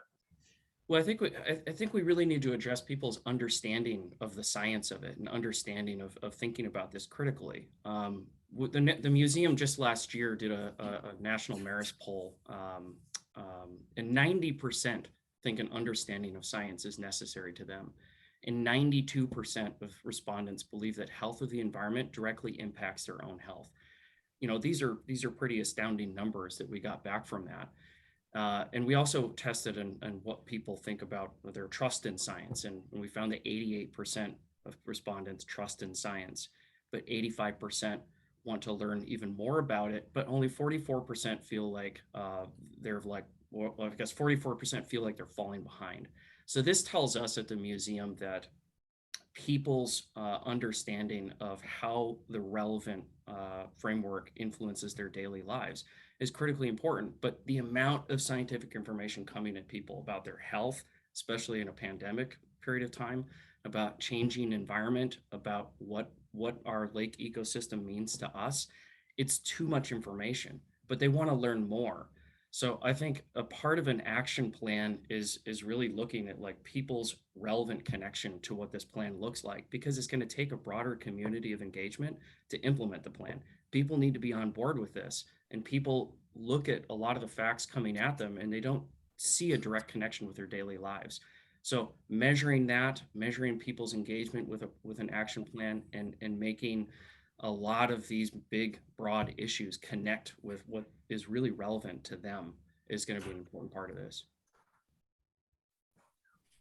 Absolutely, absolutely. I'd like to pull in Michael to this next question as well, and certainly Gavin will weigh in. So when we do think, say, Noaka as a regional partner to support the development of a climate plan, you started to allude to that, Gavin, in terms of what you might see as sort of the core elements to drive it. Maybe get some input from Michael. What would you see as kind of the core elements that you think should shape a regional climate plan? Yeah, I think it's great that, frankly, we're thinking about it. And, I think a lot of the work that Noaka has already done has really laid the foundation for this, right? I mean, everything from thinking about how we better use the roadways we have by putting in protected bike lanes and making them more suitable for multimodal travel, to thinking, very innovatively about how mobility is going to change in the future. And, from our perspective, thinking about how we make the mobility systems in the region work for everyone, right? So for us, it's really thinking about how we make sure that that spectrum of mobility choices, which includes public transit at one end and bikes and scooters at the other, also includes cars, just because we've designed our cities for that. Now, we'd love to see less cars, but that need is not going to go away anytime soon. Gavin, again, you alluded to this a little bit. What do you think might be some priorities to incorporate into a regional plan? Well, I'll bring in something sort of on the fringe. I'm a big proponent of biomimicry. I think we can learn a lot from nature.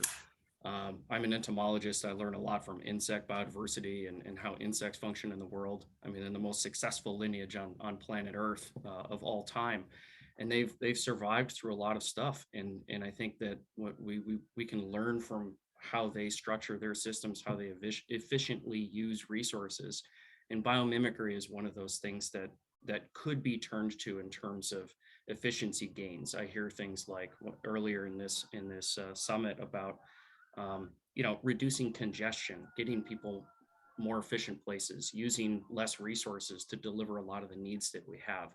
And I think evolution is 500 million years of experimentation, and there's a lot that we can learn from that. So those kinds of aspects are a really important component of this whole plan to me. And I think the scientific community, including NASA Glenn Research Station, Great Lakes Biomimicry, the Natural History Museum, a lot of the universities that we have are power players in this area, especially University of Akron. So I think there's a lot to learn, and I think bringing that scientific component to it would improve the climate action plan greatly. So you're talking about the idea of putting kind of a biomimetic, I don't know if that's the right word, biomimicry lens to the plan. Michael, I know you also mentioned then, yeah, we're going to have to talk about mode shift, but we also have to recognize that part of our future is still going to be maintaining transportation infrastructure for vehicles. I guess we'll start with you, Michael. Are there specific targets or benchmarks that you think a plan should incorporate, a long-range plan on climate should incorporate? Yeah, I think one of the ways that I think about it is, I think, 20, 30, 40 years ago, right, no one would have thought that Copenhagen or Stockholm would be like the biking cities that they are today, just due to the weather. And I think a lot of those same types of ideas persist in our region, right? You can't bike here all year round. And I think, there are a lot of ways to demonstrate that, we don't have to get in a private vehicle every time we walk outside of our door. So how do we start to measure that? I mean, certainly, a lot of the things, again, that we've started to do by measuring, how many miles of protected bike lane do we have? How much of our population has easy access to public transportation by being a quarter or a half mile within a bus or a train stop? So I think, increasingly, looking at things like that and making people aware of the the benefits and resources and programs that are available to them today is the start, but then working with the community to figure out how we need to adjust and evolve that over time is really critical. To me, obviously I spend most of my time thinking about shared mobility. So thinking about, all the different resources that are available, whether it's scooters and bikes or cars or, whatever it may be, but also making sure that that is really spread out among, the 5-county region, right? It's great to have it in Ohio City, but we need it in Oberlin, right? We need it in Chardon and places like that. So how do we start to adapt these systems and think about the metrics being different, perhaps in those different places, but making sure that, the equitable distribution of access to mobility is throughout the region, I think is critical. Yeah, so you were thinking along the lines of, I think that, again, the transportation benchmarks as part of any incorporated plan. And then also, I think the equity implications of that. What about emissions? What about greenhouse gas emissions, Gavin? How do we think about emissions impact as benchmarks? How do we also think about adaptation possibly as part of a benchmark or target from your lens? Yeah, I think, I'm going to keep flying the environmental flag in this. I know we've been talking about transportation, but, metrics that I'd look towards is land preservation due to its carbon sequestration, how that relates to our carbon emissions over the broader spectrum of transportation and industry within the area, but also what water quality looks like and what carbon sequestration looks like across freshwater ecosystems. These are really fragile environments that we have in this region. A lot of them are going to be canaries in the coal mine as to what that looks like. And when we have land preservation and we can rely on land preservation for that carbon sequestration, it only goes so far when the whole dynamic changes. When you get invasive species, like in bark beetles that might be moving north because the conditions become warmer and start killing off our trees. That whole model starts to change. So biodiversity itself becomes a proxy for how well we're doing in this action plan, because biodiversity. I'll throw out one stat. Insects alone, and at the time this study was released, provide $57 billion a year in ecosystem services. Marking inflation, that's $80 billion a year nowadays. And what people ask is what is environmental services from insects?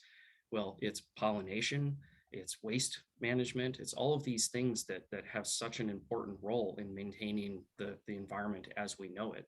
You start shifting away from that and you start having dynamic changes away from that, and we start changing the model of what freshwater looks like and what climate looks like in the region. So I would look for a lot of environmental proxies as they relate to emissions numbers that we're tracking.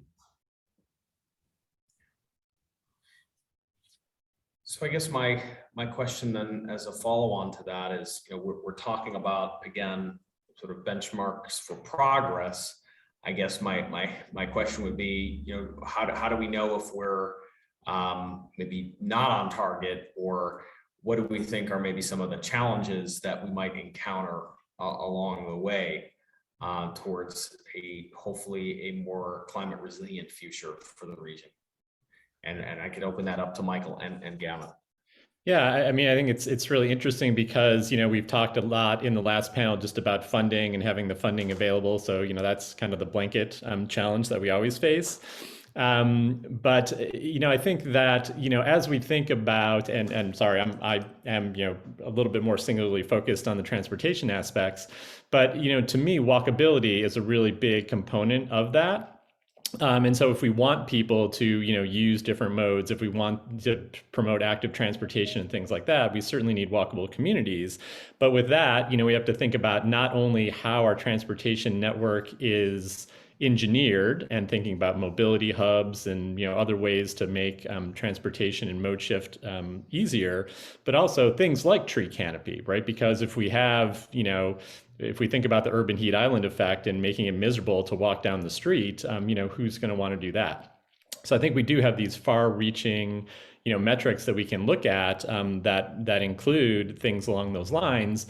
But to me, ensuring that we are engineering the system and collaborating with all the other partners and planning and everything else to make places more walkable is really critical.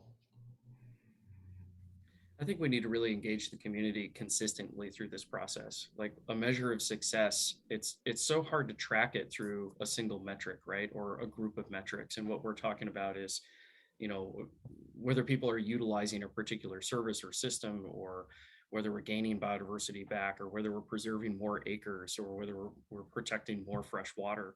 It's really about all the day-to-day choices so many millions of people are making across this broader Noaka region that we're talking about. And that's where they're buying their food. How do they have access to that food? What does transportation look like to get there and do that? Where are their jobs located? All of these things are these kinds of information that are a little bit more nuanced compared to these big metrics that we would look at. So I would look at success if we continue to have these conversations and we see broader engagement and understanding, and as well as public engagement and care across, what our community looks like, because it's going to take urban, suburban, and rural buy-in and investment to make this action plan implemented. It's about the implementation of this strategy that's really going to be the thing that sets us apart.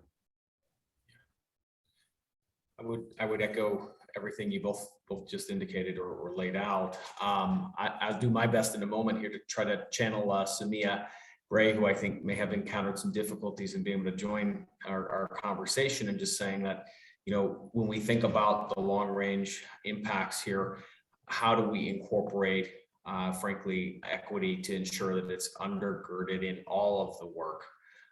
We know that the clean energy transition is coming. But we know that if we aren't intentional about how that transition takes place, we know that communities that have historically been left behind, communities of color, rural communities as well, low-income communities, will be left behind. And so how do we be intentional then from the beginning, and then as well hold ourselves accountable in that benchmarking and those progress indicators, to ensure that equity is embedded, just as it is throughout Noaka's long-range transportation plan, ensure that it's embedded in the climate planning work as well. And it looks like we have a pretty lively dialogue starting to kick off on the Q&A. So maybe I can see if we can transition a little bit over here to our Q&A and get some thoughts from both of you on that. So I just want to first, address the question around, communities of color and engagement. I think we're not going to be successful if we don't, from the very beginning, think about this plan from the vantage point of how are the communities that have historically not been connected to regional assets or not been part of the conversation, how do those communities actually shape and lead the solutions and be part of the conversation and the process? So I would just add that and underscore that. Michael, Gavin, I don't know if you have additional perspective to add there. Yeah, I mean, I would just say, initiatives like the Paradox Prize and others that have really thought about, how we deliver a lot of these services, across the 5 counties has been critical. I mean, for us, it was critical in, learning and different perspectives and thinking about, how people interact with transportation services. So continuing to encourage innovation and pilots through projects like that, I think has been super beneficial. Yeah, I think that, thinking about the community as a whole, it's everybody. When we see these changes play out in the future, the groups that are going to be most impacted quickest are underserved communities. The museum's taken steps with Mandel Community Days to make free admission for everybody on Sundays from East Cleveland and Cleveland, as well as to really explore how we're reaching out to the community itself to share science. I always go back to the science thinking is such a critical component of this, and getting everybody involved and empowered behind that is going to be an important part. It's everybody. It's going to take everyone. So I have an additional question coming in. There is a perception that Northeast Ohio is potentially a climate refuge, due to our climate, access to fresh water. But we know that climate change poses a threat to the entire region, and again, just 20% of residents believe we're prepared, currently for climate change. So how can we bridge this gap to better inform the public and policymakers of the threats and opportunities that the climate crisis poses as we develop this plan? Well, we'll start with Gavin. Yeah, I'd love to chime in here because there's been this this myth of this region in the Great Lakes region is going to be a refuge. It's going to be this really amazing place in the future, because I think that the natural tendency is to go. The climate debate and the extreme weathers becomes this coastal debate, and becomes what's going to happen to Florida, what's going to happen to rising sea levels. Well, if we're sitting with 20% of the world's surface fresh water, we don't really have a clear picture of what that's going to look like long term. Will we have aridification in this region? Will it become much wetter? Will the environment change significantly enough where it isn't an attractive environment 50 years from now? And I think we really need to bring the Midwest, the Great Lakes region into the future modeling of what climate change is going to look like in North America, because, I don't want us to rely on saying that this place is going to be the next greatest place to live over the next 100 years, because in all reality, it might not be. And we don't have a clear understanding of that. And I think that's because the Midwest really hasn't been thought of as like one of these front lines of climate change, but it's everywhere. This is impacting the entire planet in every corner, and everywhere is going to change. And we should recognize that ourselves in this region. I appreciate you sharing that, Gavin. Again, I think that the narrative that prevails often is that we're going to be unscathed or least scathed, but even if we are somewhat less impacted, we are still very much impacted, and I think we're also going to be impacted by the reverberations of what's happening in other parts of the world and other parts of the country, and the ramifications for this region, then whether that's migration or economic shocks or other challenges. So climate aside, we're going to be impacted one way or the other. We have a question from by Cleveland, actually, that says, addressing climate will require, again, making difficult and perhaps unpopular decisions, but we know we don't have time for incremental action or change. So how do we position a regional climate plan to push and support leaders to truly invest in real infrastructure and pass policies to make the region more climate resilient? Maybe that's a question for Michael, for Gavin. I'm happy to weigh in as well. Yeah, I mean, I think, one of the biggest things, is just, and maybe, and hopefully this is not true, but I sometimes get the sense that, there's a lot of things in our region where we are very risk averse, and we're very timid about trying new things, or, making that step to, something else. And, I think we need to get over that, right? I mean, there's no reason that we can't be a national leader in many of the different things that we're talking about and doing. And so part of that is, a psychological one, part of it is a funding one. But, if we are to, take best advantage and deliver the best resources and services to our residents, I think that is one of the things that sometimes maybe doesn't hold us back, but it doesn't let us take the big steps that we sometimes need to take.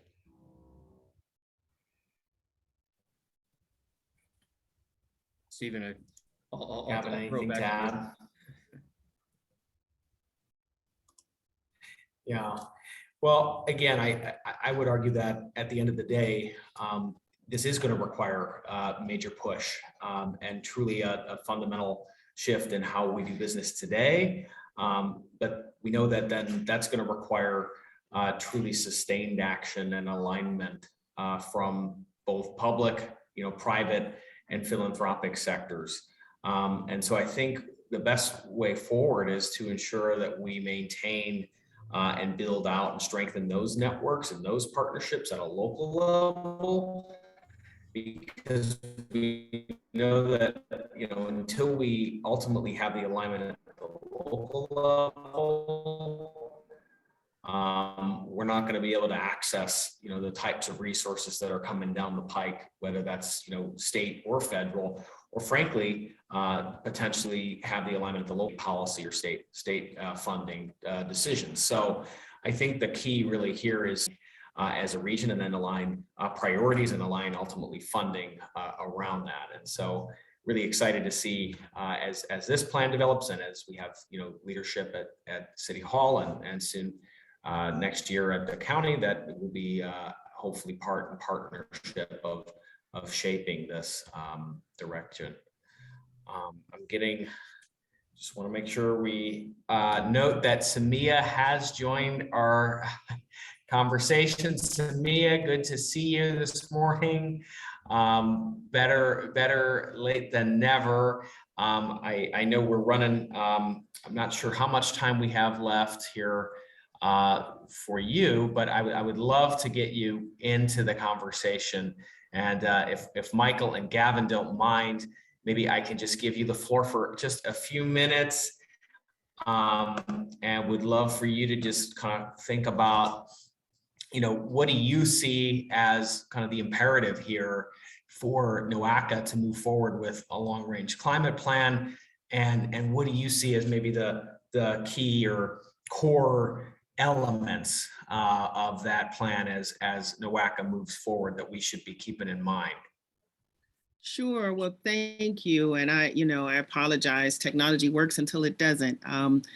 So here we are. We've all been there now, right? We are here together, so I won't spend any time on that. I'll just say that I think that, one of the things that is really, really important, and kudos to Noaka for already moving in this direction, and that is making sure that there is a strong equity element to this work.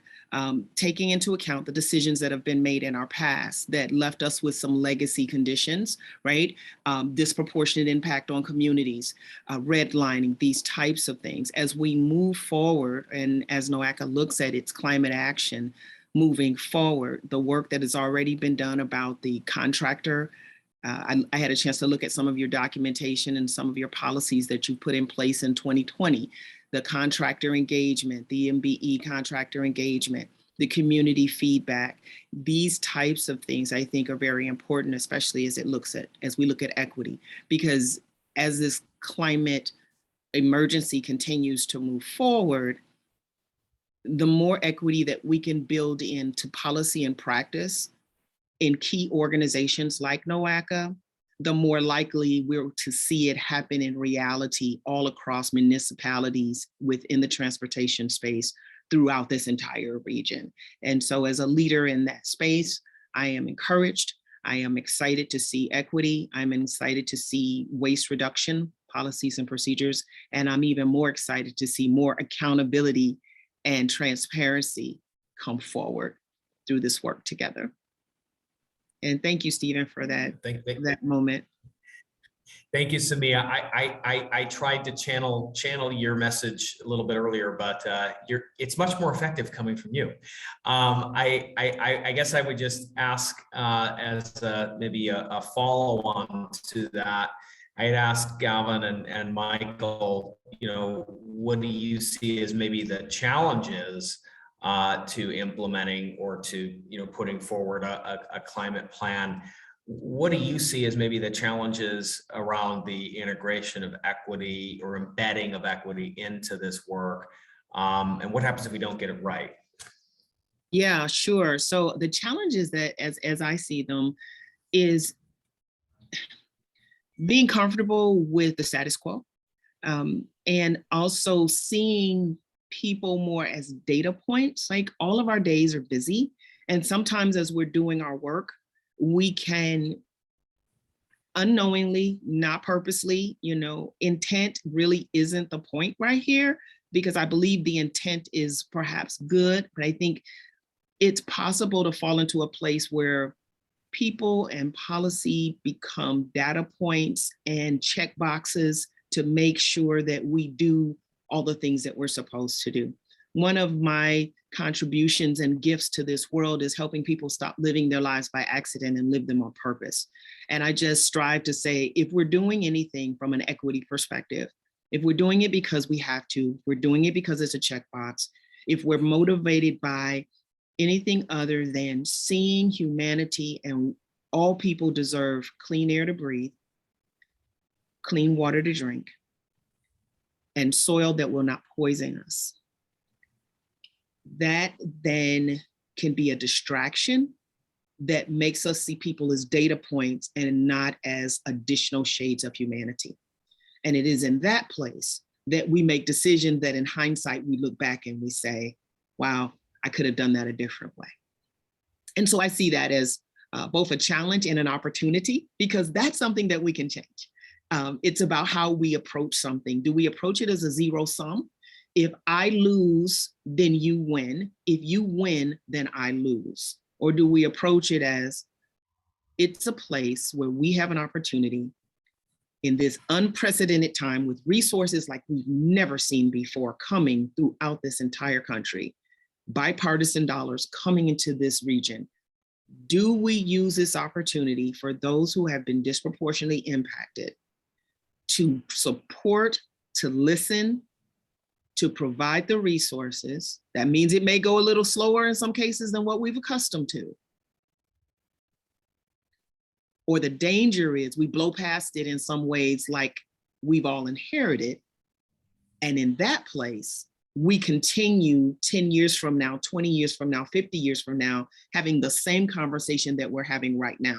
The same communities, the same individuals continue to get disproportionate impact in multiple ways over multiple systems consistently. And it's my hope that this conversation will inspire us to take this moment to not do that again. It's in our hands to not do that again. Well, again, Samia, I thank you for laying that out. And I think, between your comments and some of our discussion earlier in the panel, I think we've made it, I think, hopefully clear that we have to embed equity. But I guess the question is how or perhaps what does that look like?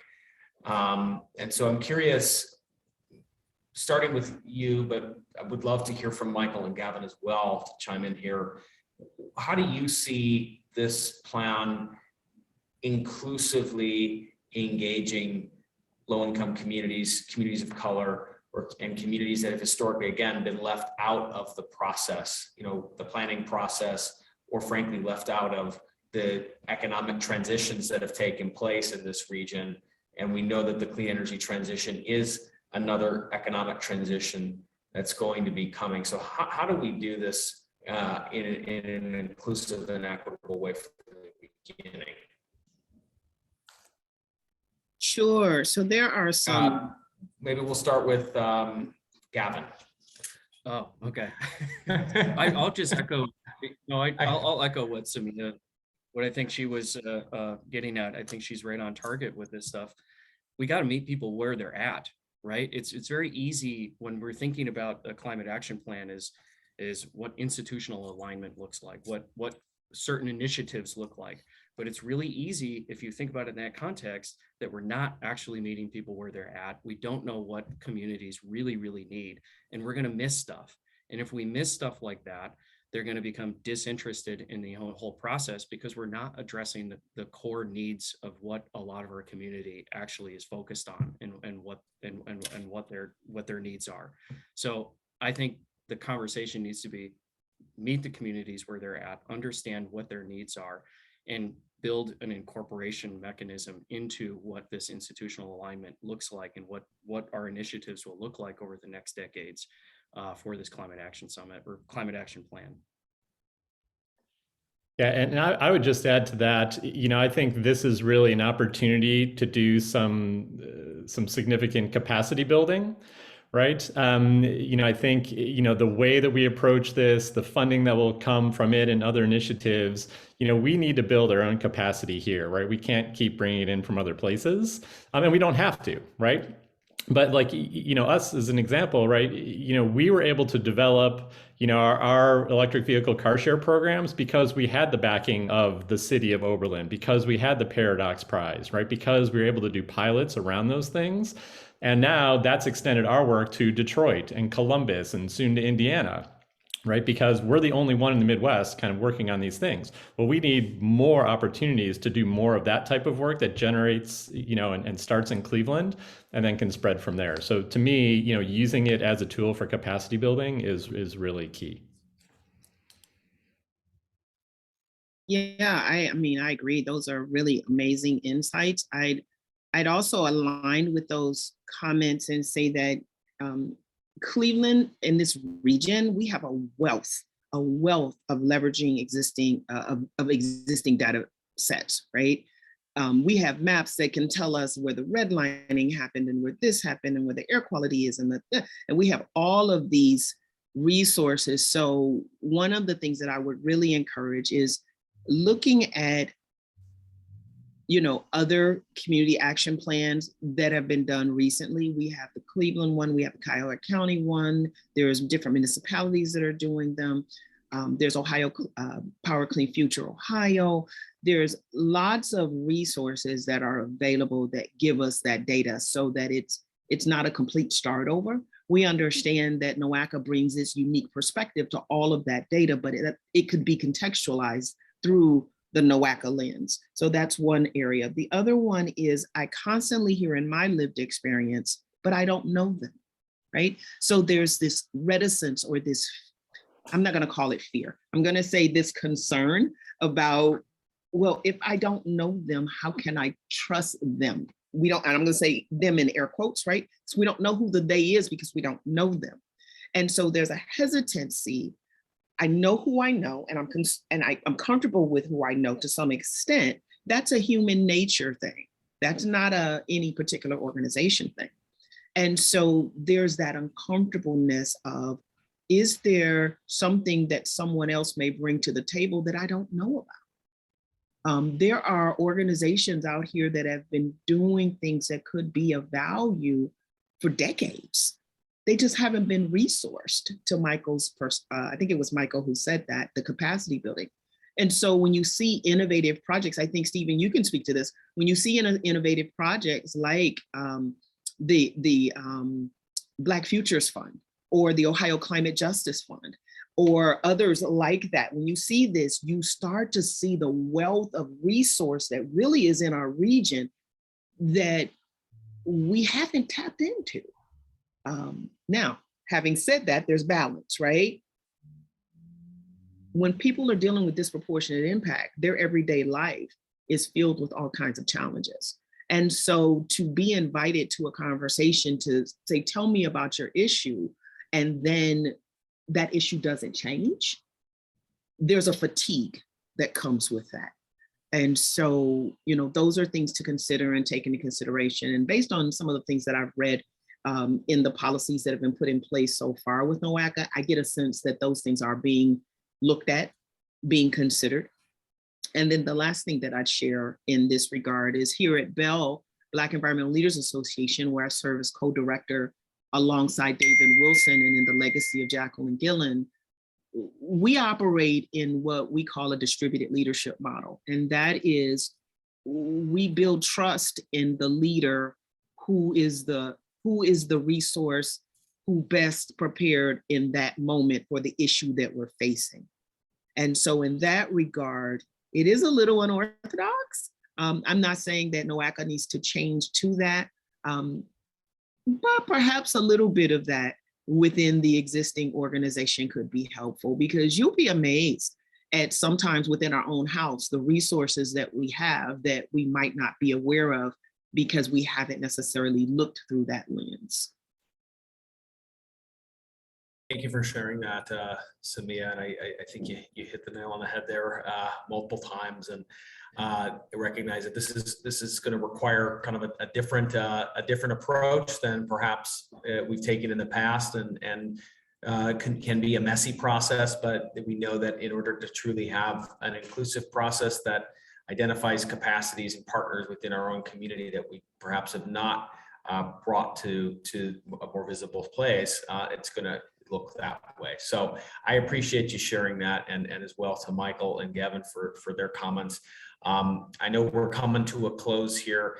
10-20 second closing from each of you as to how we make this successful from a planning perspective. We'll start with Gavin. Yeah, I think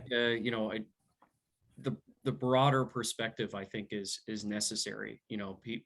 People's role in the environmental framework, how they impact that framework, and how that comes back and impacts them is going to be, that's what I always turn back to, is that we're not separate from the world around us.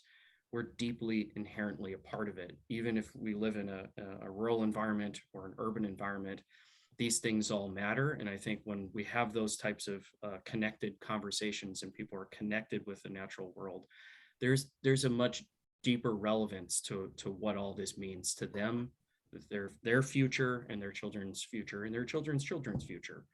I think that's how it comes home to people. Michael?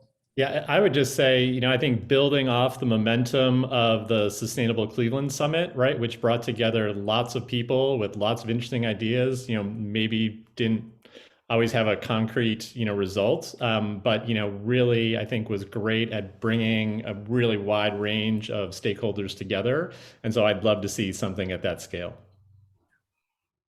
Finally, Samia, last word. I know you won't believe this, Stephen, but it will be short and sweet. The plan that works is the plan that works, right? So we have the pieces, we have the wisdom, we have the knowledge, we have the resources. Now I inspire action.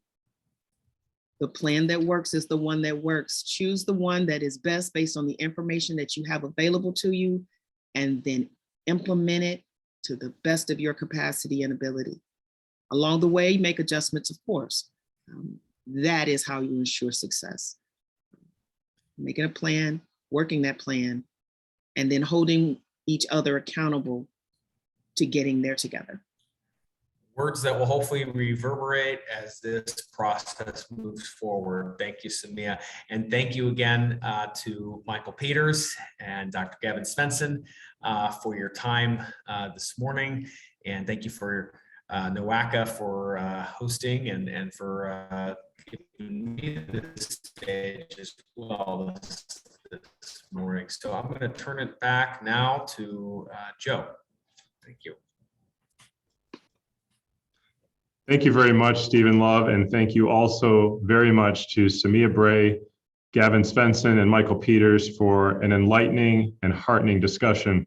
We sincerely appreciate your support of Noaka's effort. We would like to take this opportunity now to pose a final question to Summit attendees, a third question of the day, to better understand the importance of a climate action plan. And again, for those of you following us on YouTube, you may visit Noaka's MindMixer platform, Noaka Live, to participate in the polling.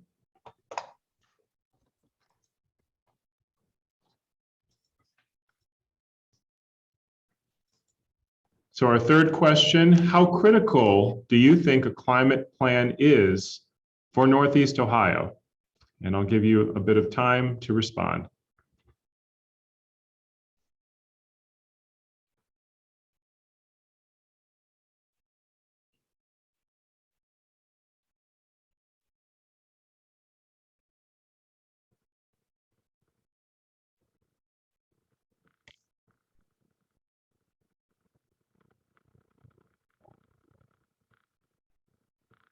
And we're getting the last few responses trickling in. I'm going to go ahead and end the poll, share the results. And this is very heartwarming to see. Almost all of you feel that it is at least important, if not the highest priority for our region. And we agree. So it's great to feel this level of support. And I'm very excited to partner with all stakeholders in our region as we continue forward with this effort. Thank you very much for taking our third poll question. And now we have a special message from U.S. Representative David Joyce. Hello, everyone. Congressman Dave Joyce here. As someone who grew up on the shores of Lake Erie, I care deeply about our environment, and I know many of you feel the same. I agree that combating climate change shouldn't be just a national priority, but a global priority, one that the United States must continue to lead on. Since 1990, America has reduced its carbon emissions more than the next 12 emissions-reducing countries combined. In fact, over the last 10 years, we've achieved the largest reduction of emissions in the history of conventional energy. That was accomplished while, on average, lowering energy costs for American households and utilizing an all-of-the-above energy strategy. I'm proud to report that Ohio's oil and natural gas industry has been leading on clean, safe, and reliable energy production for years. Between 2005 and 2015, Ohio's power sector had the biggest carbon emissions reductions of any state in the country. I'm equally proud to have worked alongside Senator Brown to obtain a federal grant that helped bring innovative zero-emissions electric buses to Ohio this past year. Those of us in Congress should be working together to enact policies that reduce global emissions, not America's economy, cut energy prices, not energy choices, and export American innovation, not American jobs.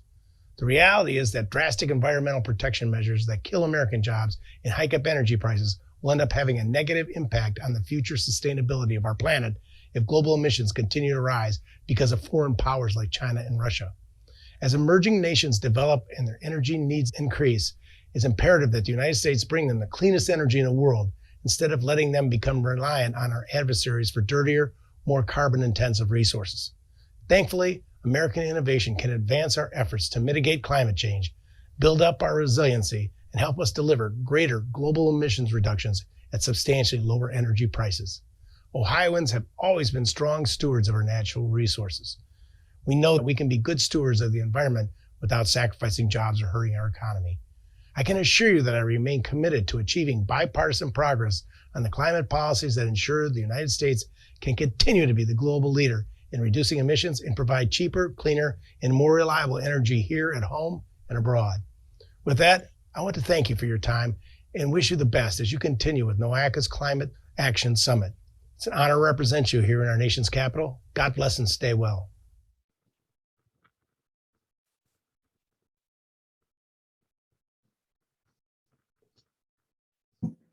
Thank you very much for your poignant message, Representative Joyce. Now I'd like to welcome Tony Richardson of the Gun Foundation back to the stage to discuss our call to action and next steps. So that's what we will do to wrap up the session today. So Tony, I'd like to ask you, what specific climate-related priorities or program areas are there for the Gun Foundation? What are you working on? And how can the development of a regional climate action plan support your efforts? Thanks, Grace. So I'll start with the second part of the question. I think at a very high level, I think a regional plan can help us bring our efforts to scale. And so when you think about our particular work around climate and environmental justice, I'll speak a little bit about sort of the broader strategy, then I'll talk specifically about some of the priorities or projects that we've supported here in the region and nationally for that matter. So we really try to focus on supporting organizations led by people of color and that serve communities of color, as well as those who have been historically underrepresented or those who are most vulnerable to the effects of climate change. We support organizations that develop and advocate for public policy on climate change and to advance clean energy, transportation, water, and air.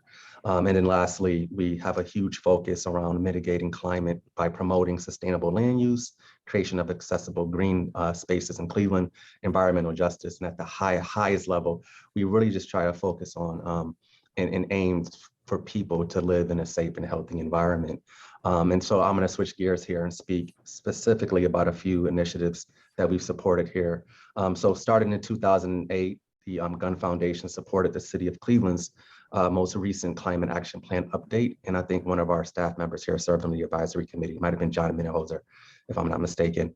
And the foundation also supported Cleveland's Clean and Equitable Energy Future report. And that report creates a pathway for Cleveland to equitably transition to 100% clean energy. The foundation has also supported Sustainable Cuyahoga County Toolkit, which was noted earlier on one of the sessions here. We also support Power Clean Future Ohio, which is helping cities reduce its greenhouse gas emissions by at least 30% by 2030. And cities that have committed to this goal in our region include Shaker Heights, Cleveland Heights, Euclid, Lakewood, and Cleveland. We also support at a policy level, Greater Ohio Policy Center, Bike Cleveland, Clean Fuels Ohio, that's focusing on rapid adoption of EVs, Environmental Health Watch, Healthy Homes Initiative, as well as the Black environmental leaders in their statewide efforts to advocate and create a comprehensive clean energy legislation that's rooted in equity, economic development, transparency, and accountability. So that's a lot, I know, but that's only really, scratching the surface of gun supportive work in this particular area. Great, thank you. Noaka's development of a climate action plan is really an outgrowth of its ENEO 2050 plan, which was the region's long-range plan developed last year, actually over 18 months and just adopted by the board last year. It's also important and intended to implement the long-range plan. The long-range plan does call for some very strong measures in order to reduce emissions from the transportation sector. And we need to have this plan to get us to 2050. And we need to do it in a way that the community has built consensus around. And when we talk about consensus, we'll be managing the development of the plan, but we need to involve the whole region. What's your perspective on regional engagement and why it's important? I know we talked about that a little bit earlier, and specifically Ron Richard had mentioned the engagement by many sectors, including the business community and the legislators. What are your thoughts on that? Yeah, so to plus one that point that Ron made earlier, I think, and as most of us here probably would agree, that long gone are the days where our success and future prospects are tied to our municipal boundaries. And we have to continue thinking regionally, right? Because on the global stage, our competitiveness is tied to our region, not our individual neighborhoods, cities, or counties. And I also think it's important that when we go along implementing this work, that we be mindful of how we've transitioned around, or how we've organized around certain issues as a community, as a region, as a country, and that we are really addressing racial equity and poverty. It's my belief that we can't advance any regional strategy without placing racial equity at the center. And so how do we not leave people behind? How do we engage people in an authentic and thoughtful way, and in a way that is in a way in which they want to be engaged, right? And so I do think that Noaka, obviously, with your footprint, your audience, and what you all represent under your leadership, Grace, I think you all are prime and poised to be a hub that can really bring people together around climate action. Thank you. I appreciate those thoughts.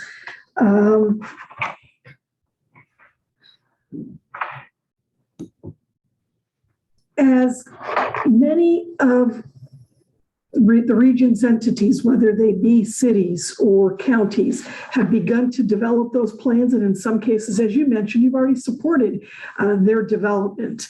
How about in terms of execution? So you've done a lot to develop these plans. Tell us a little bit about how the foundations, the Cleveland Foundation, the Gun Foundation, and Noaka can best support the actual implementation of those plans. Well, I think at convenings, right, and then working with the different entities around identifying shared goals and sort of metrics, performance metrics that are tied to outcomes, right? And then sort of checking in and holding ourselves accountable to what we say is important to us as communities or as a larger region and community. So I think that's the biggest role that Noaka and foundations can play. And I think because we are nonpartisan, apolitical, we can be a space where we can essentially hold each other accountable, right, without it being tied to partisanship. And then from philanthropy standpoint, as I mentioned and alluded to earlier, we can obviously fund everything from equitable climate and clean energy transition plans, decarbonized grid planning and implementation. We can co-invest, we can provide, low interest rate PRIs, and then also leverage our investment portfolio to finance CDCs and CDIFs. And so we can be creative around financing. And as we know, some of our municipalities and counties and entities in general may be strapped for resources to execute on some of these things. So I think this is where philanthropy comes in, and we can be very creative around what that support can look like. And as was pointed out earlier, we talked about our region having many rural pockets. And I think philanthropy can also support climate change and climate focused agriculture as well. So I think we have the different pieces, we have the various entities and leadership. It's just sort of the accountability, right? Bringing us together and us going back to cross check and reference what we said we were going to do and just actually do it, right? I think we're beyond the conversations. It's time to implement. Yeah, I think that's exactly right. So here we are towards the end of today's summit, and we've got a call to action. What I'm going to ask the audience to do is in the Q&A or the chat, wherever the questions we're going into, rather than questions, put in what you think a call to action is. What's a call to action? What does that mean to you? And if staff, Joe, or so folks could just kind of highlight a couple of those things that come in. When I think of call to action, I think both personally as well as globally. So that means what can I do as an individual? And particularly when it comes to transportation sector, there's a lot. I can change the number of trips. I can change the type of trips. I can change modes. There's a number of things I can do with my particular travel habits and multiply that times the 2.1 million people we have in the Noaka region. So that's at that level. And that can make changes. We have in our long range plan, for example, a mode share shift of 5%. So taking single occupancy vehicles from about 94% to 89%. It doesn't sound like a lot, but that's going to be a huge change for folks, 5% of all the trips then to be shifted. How can we help? How can we make that happen? So that's at the personal level. Then when you get into the more global, and I don't mean worldwide at this point, I mean global as in just higher level, how do we do things? That's when you, I think we are really in need of partners. We do a good job communicating some of the needs and the call to action around transportation. What are the other sectors? We need help there. And even with transportation, how can we more globally, thinking about how the region interacts with business, government, et cetera, how can we change the paradigm around the everyday commute? Beth mentioned talking about the congestion. We've started during the pandemic doing telecommuting. Can we continue some telecommuting? Can we continue to do that to shift trips, et cetera? So, Joe, do you have anything from the chat or Q&A? A call to action? What do folks want to do, or what can they do, or what do they want us to do? Grace, we do have some questions and some comments that people have posted. Barbara Clint has said, I want to work with partners throughout the city to get the Midway built as a region-wide protected bike scooter network, as this will be very helpful to achieving Noaka's mode shift goals. Grace, do you or Tony want to speak to the Midway project?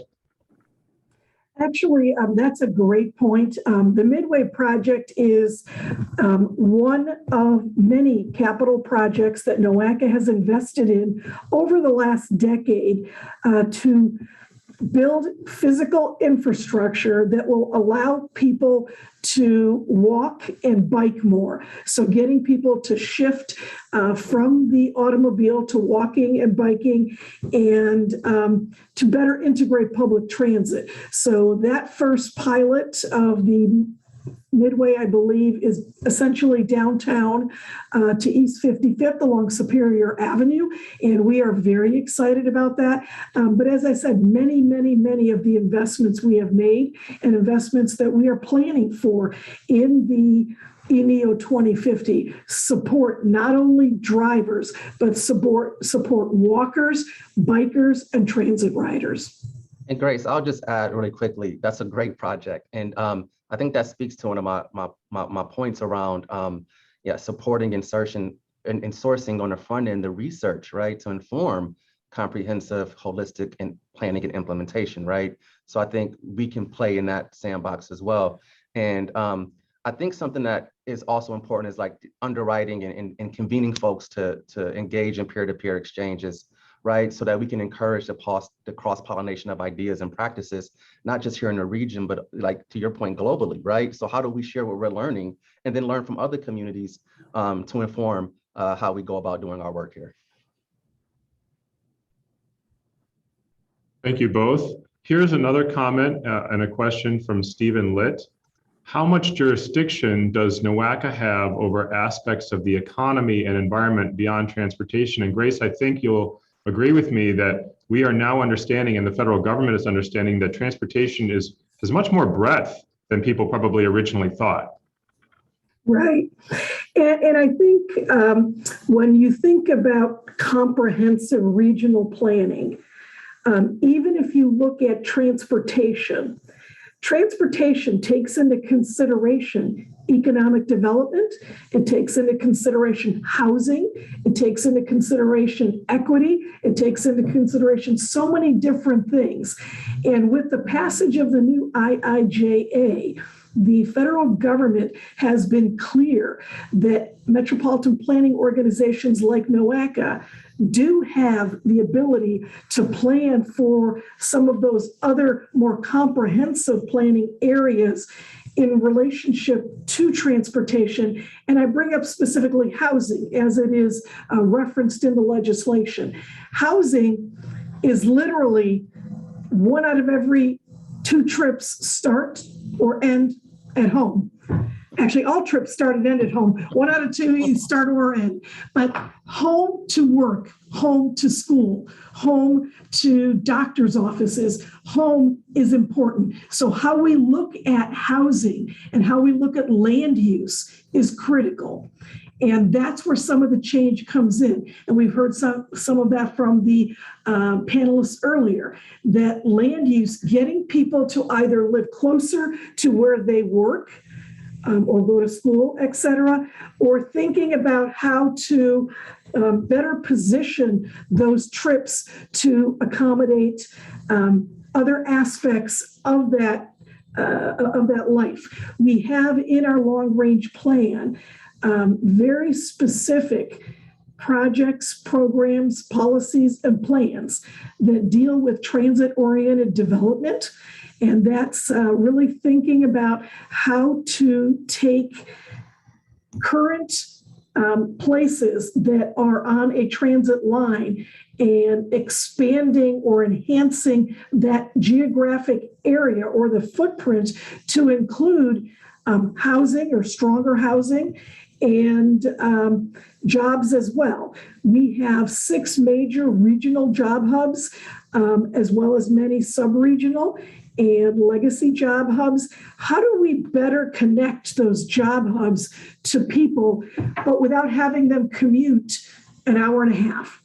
And it is a lot more than just a direct bus line or train line. That is certainly part of the solution. But again, thinking outside of the box, changing that dynamic. What does it look like to know that your personal carbon footprint makes a difference?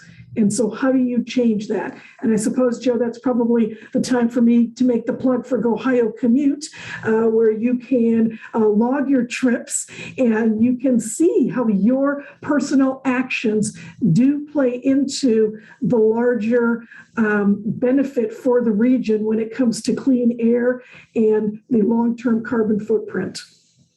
Grace, not just plugging Ohio Commute, but Noaka continues to develop and roll out programs like our new van pool program that will feed directly back into Ohio Commute. That's right. So anything else, Joe, there? I think there's another question, and this is about another program on which Noaka has been expending a lot of effort and has made a commitment. This is about passenger rail.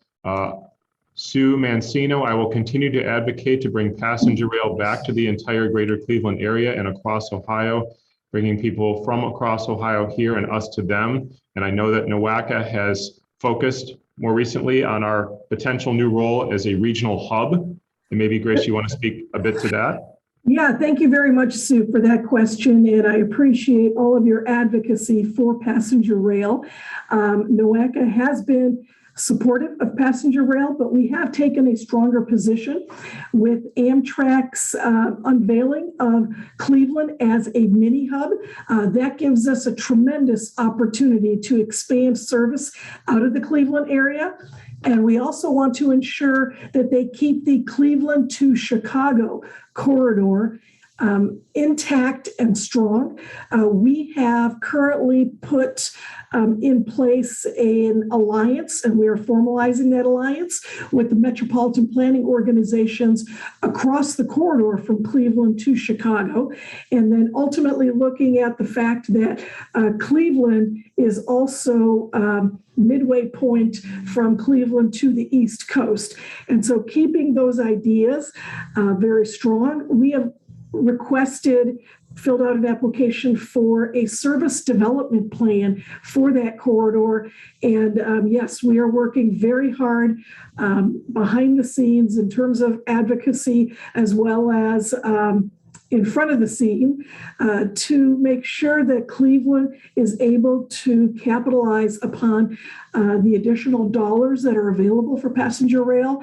There's $66 billion in the IIJA for Amtrak, and we would like to ensure that Amtrak considers the corridor from Cleveland to Chicago and Cleveland to the East Coast just as important as the Northeast corridor. And to go into the reasons why would be longer than we have, but it is an absolute, it's a corridor, especially considering the long-term impacts of climate change and thinking about if the East Coast is not really the East Coast anymore, and we start to get a little bit of that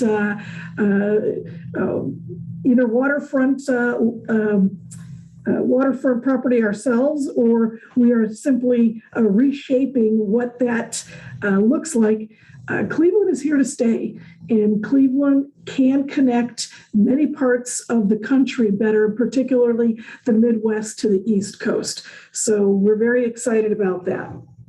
And thank you, Sue, again, for all your work that you do in that area. So at this point, thank you, Tony, very much for your insightful comments. We really appreciate your participation in today's summit, as well as the Gun Foundation's support of initiatives, whether by various organizations or collectively. Noaka's climate action plan will include 4 components that Noaka staff will develop in partnership with a consultant and numerous working groups and public advisory groups over the next 15 months. So now we're going to get down to business. The climate action plan will have 4 major components. Those major components are, number 1, a regional greenhouse gas emissions inventory. Where are the greenhouse gas emissions coming from? A regional climate risk and vulnerability assessment. A set of climate mitigation strategies. A set of climate adaptation strategies. So those are the four major components. We'll complete the regional greenhouse gas emissions inventory and the climate risk and vulnerability assessment by September of 2022, which is this year. So we're talking about 6 months from now. Noaka will finalize the climate mitigation and adaptation strategies in the spring of next year. Noaka will present the final climate action plan to its board of directors for their review and approval in June of 2023. Noaka has invited numerous leaders in government, business, education, transportation, health, and advocacy from around the region to serve on a strategy committee for the climate action plan. The strategy committee will help set goals and objectives for the plan and provide guidance on overall direction. Its first meeting will occur the last week of this month. Noaka has asked our strategy committee members to help identify a technical working group members from each of their organizations or even outside of their organizations to support staff and consultant efforts to develop each of the four plan components and the final plan document itself. Its first meeting will be in April. Additional work streams and advisory groups will facilitate the development of specific content within the plan's components and provide critical feedback. And Noaka staff will identify and assemble those members and facilitate their engagement during the next 15 months.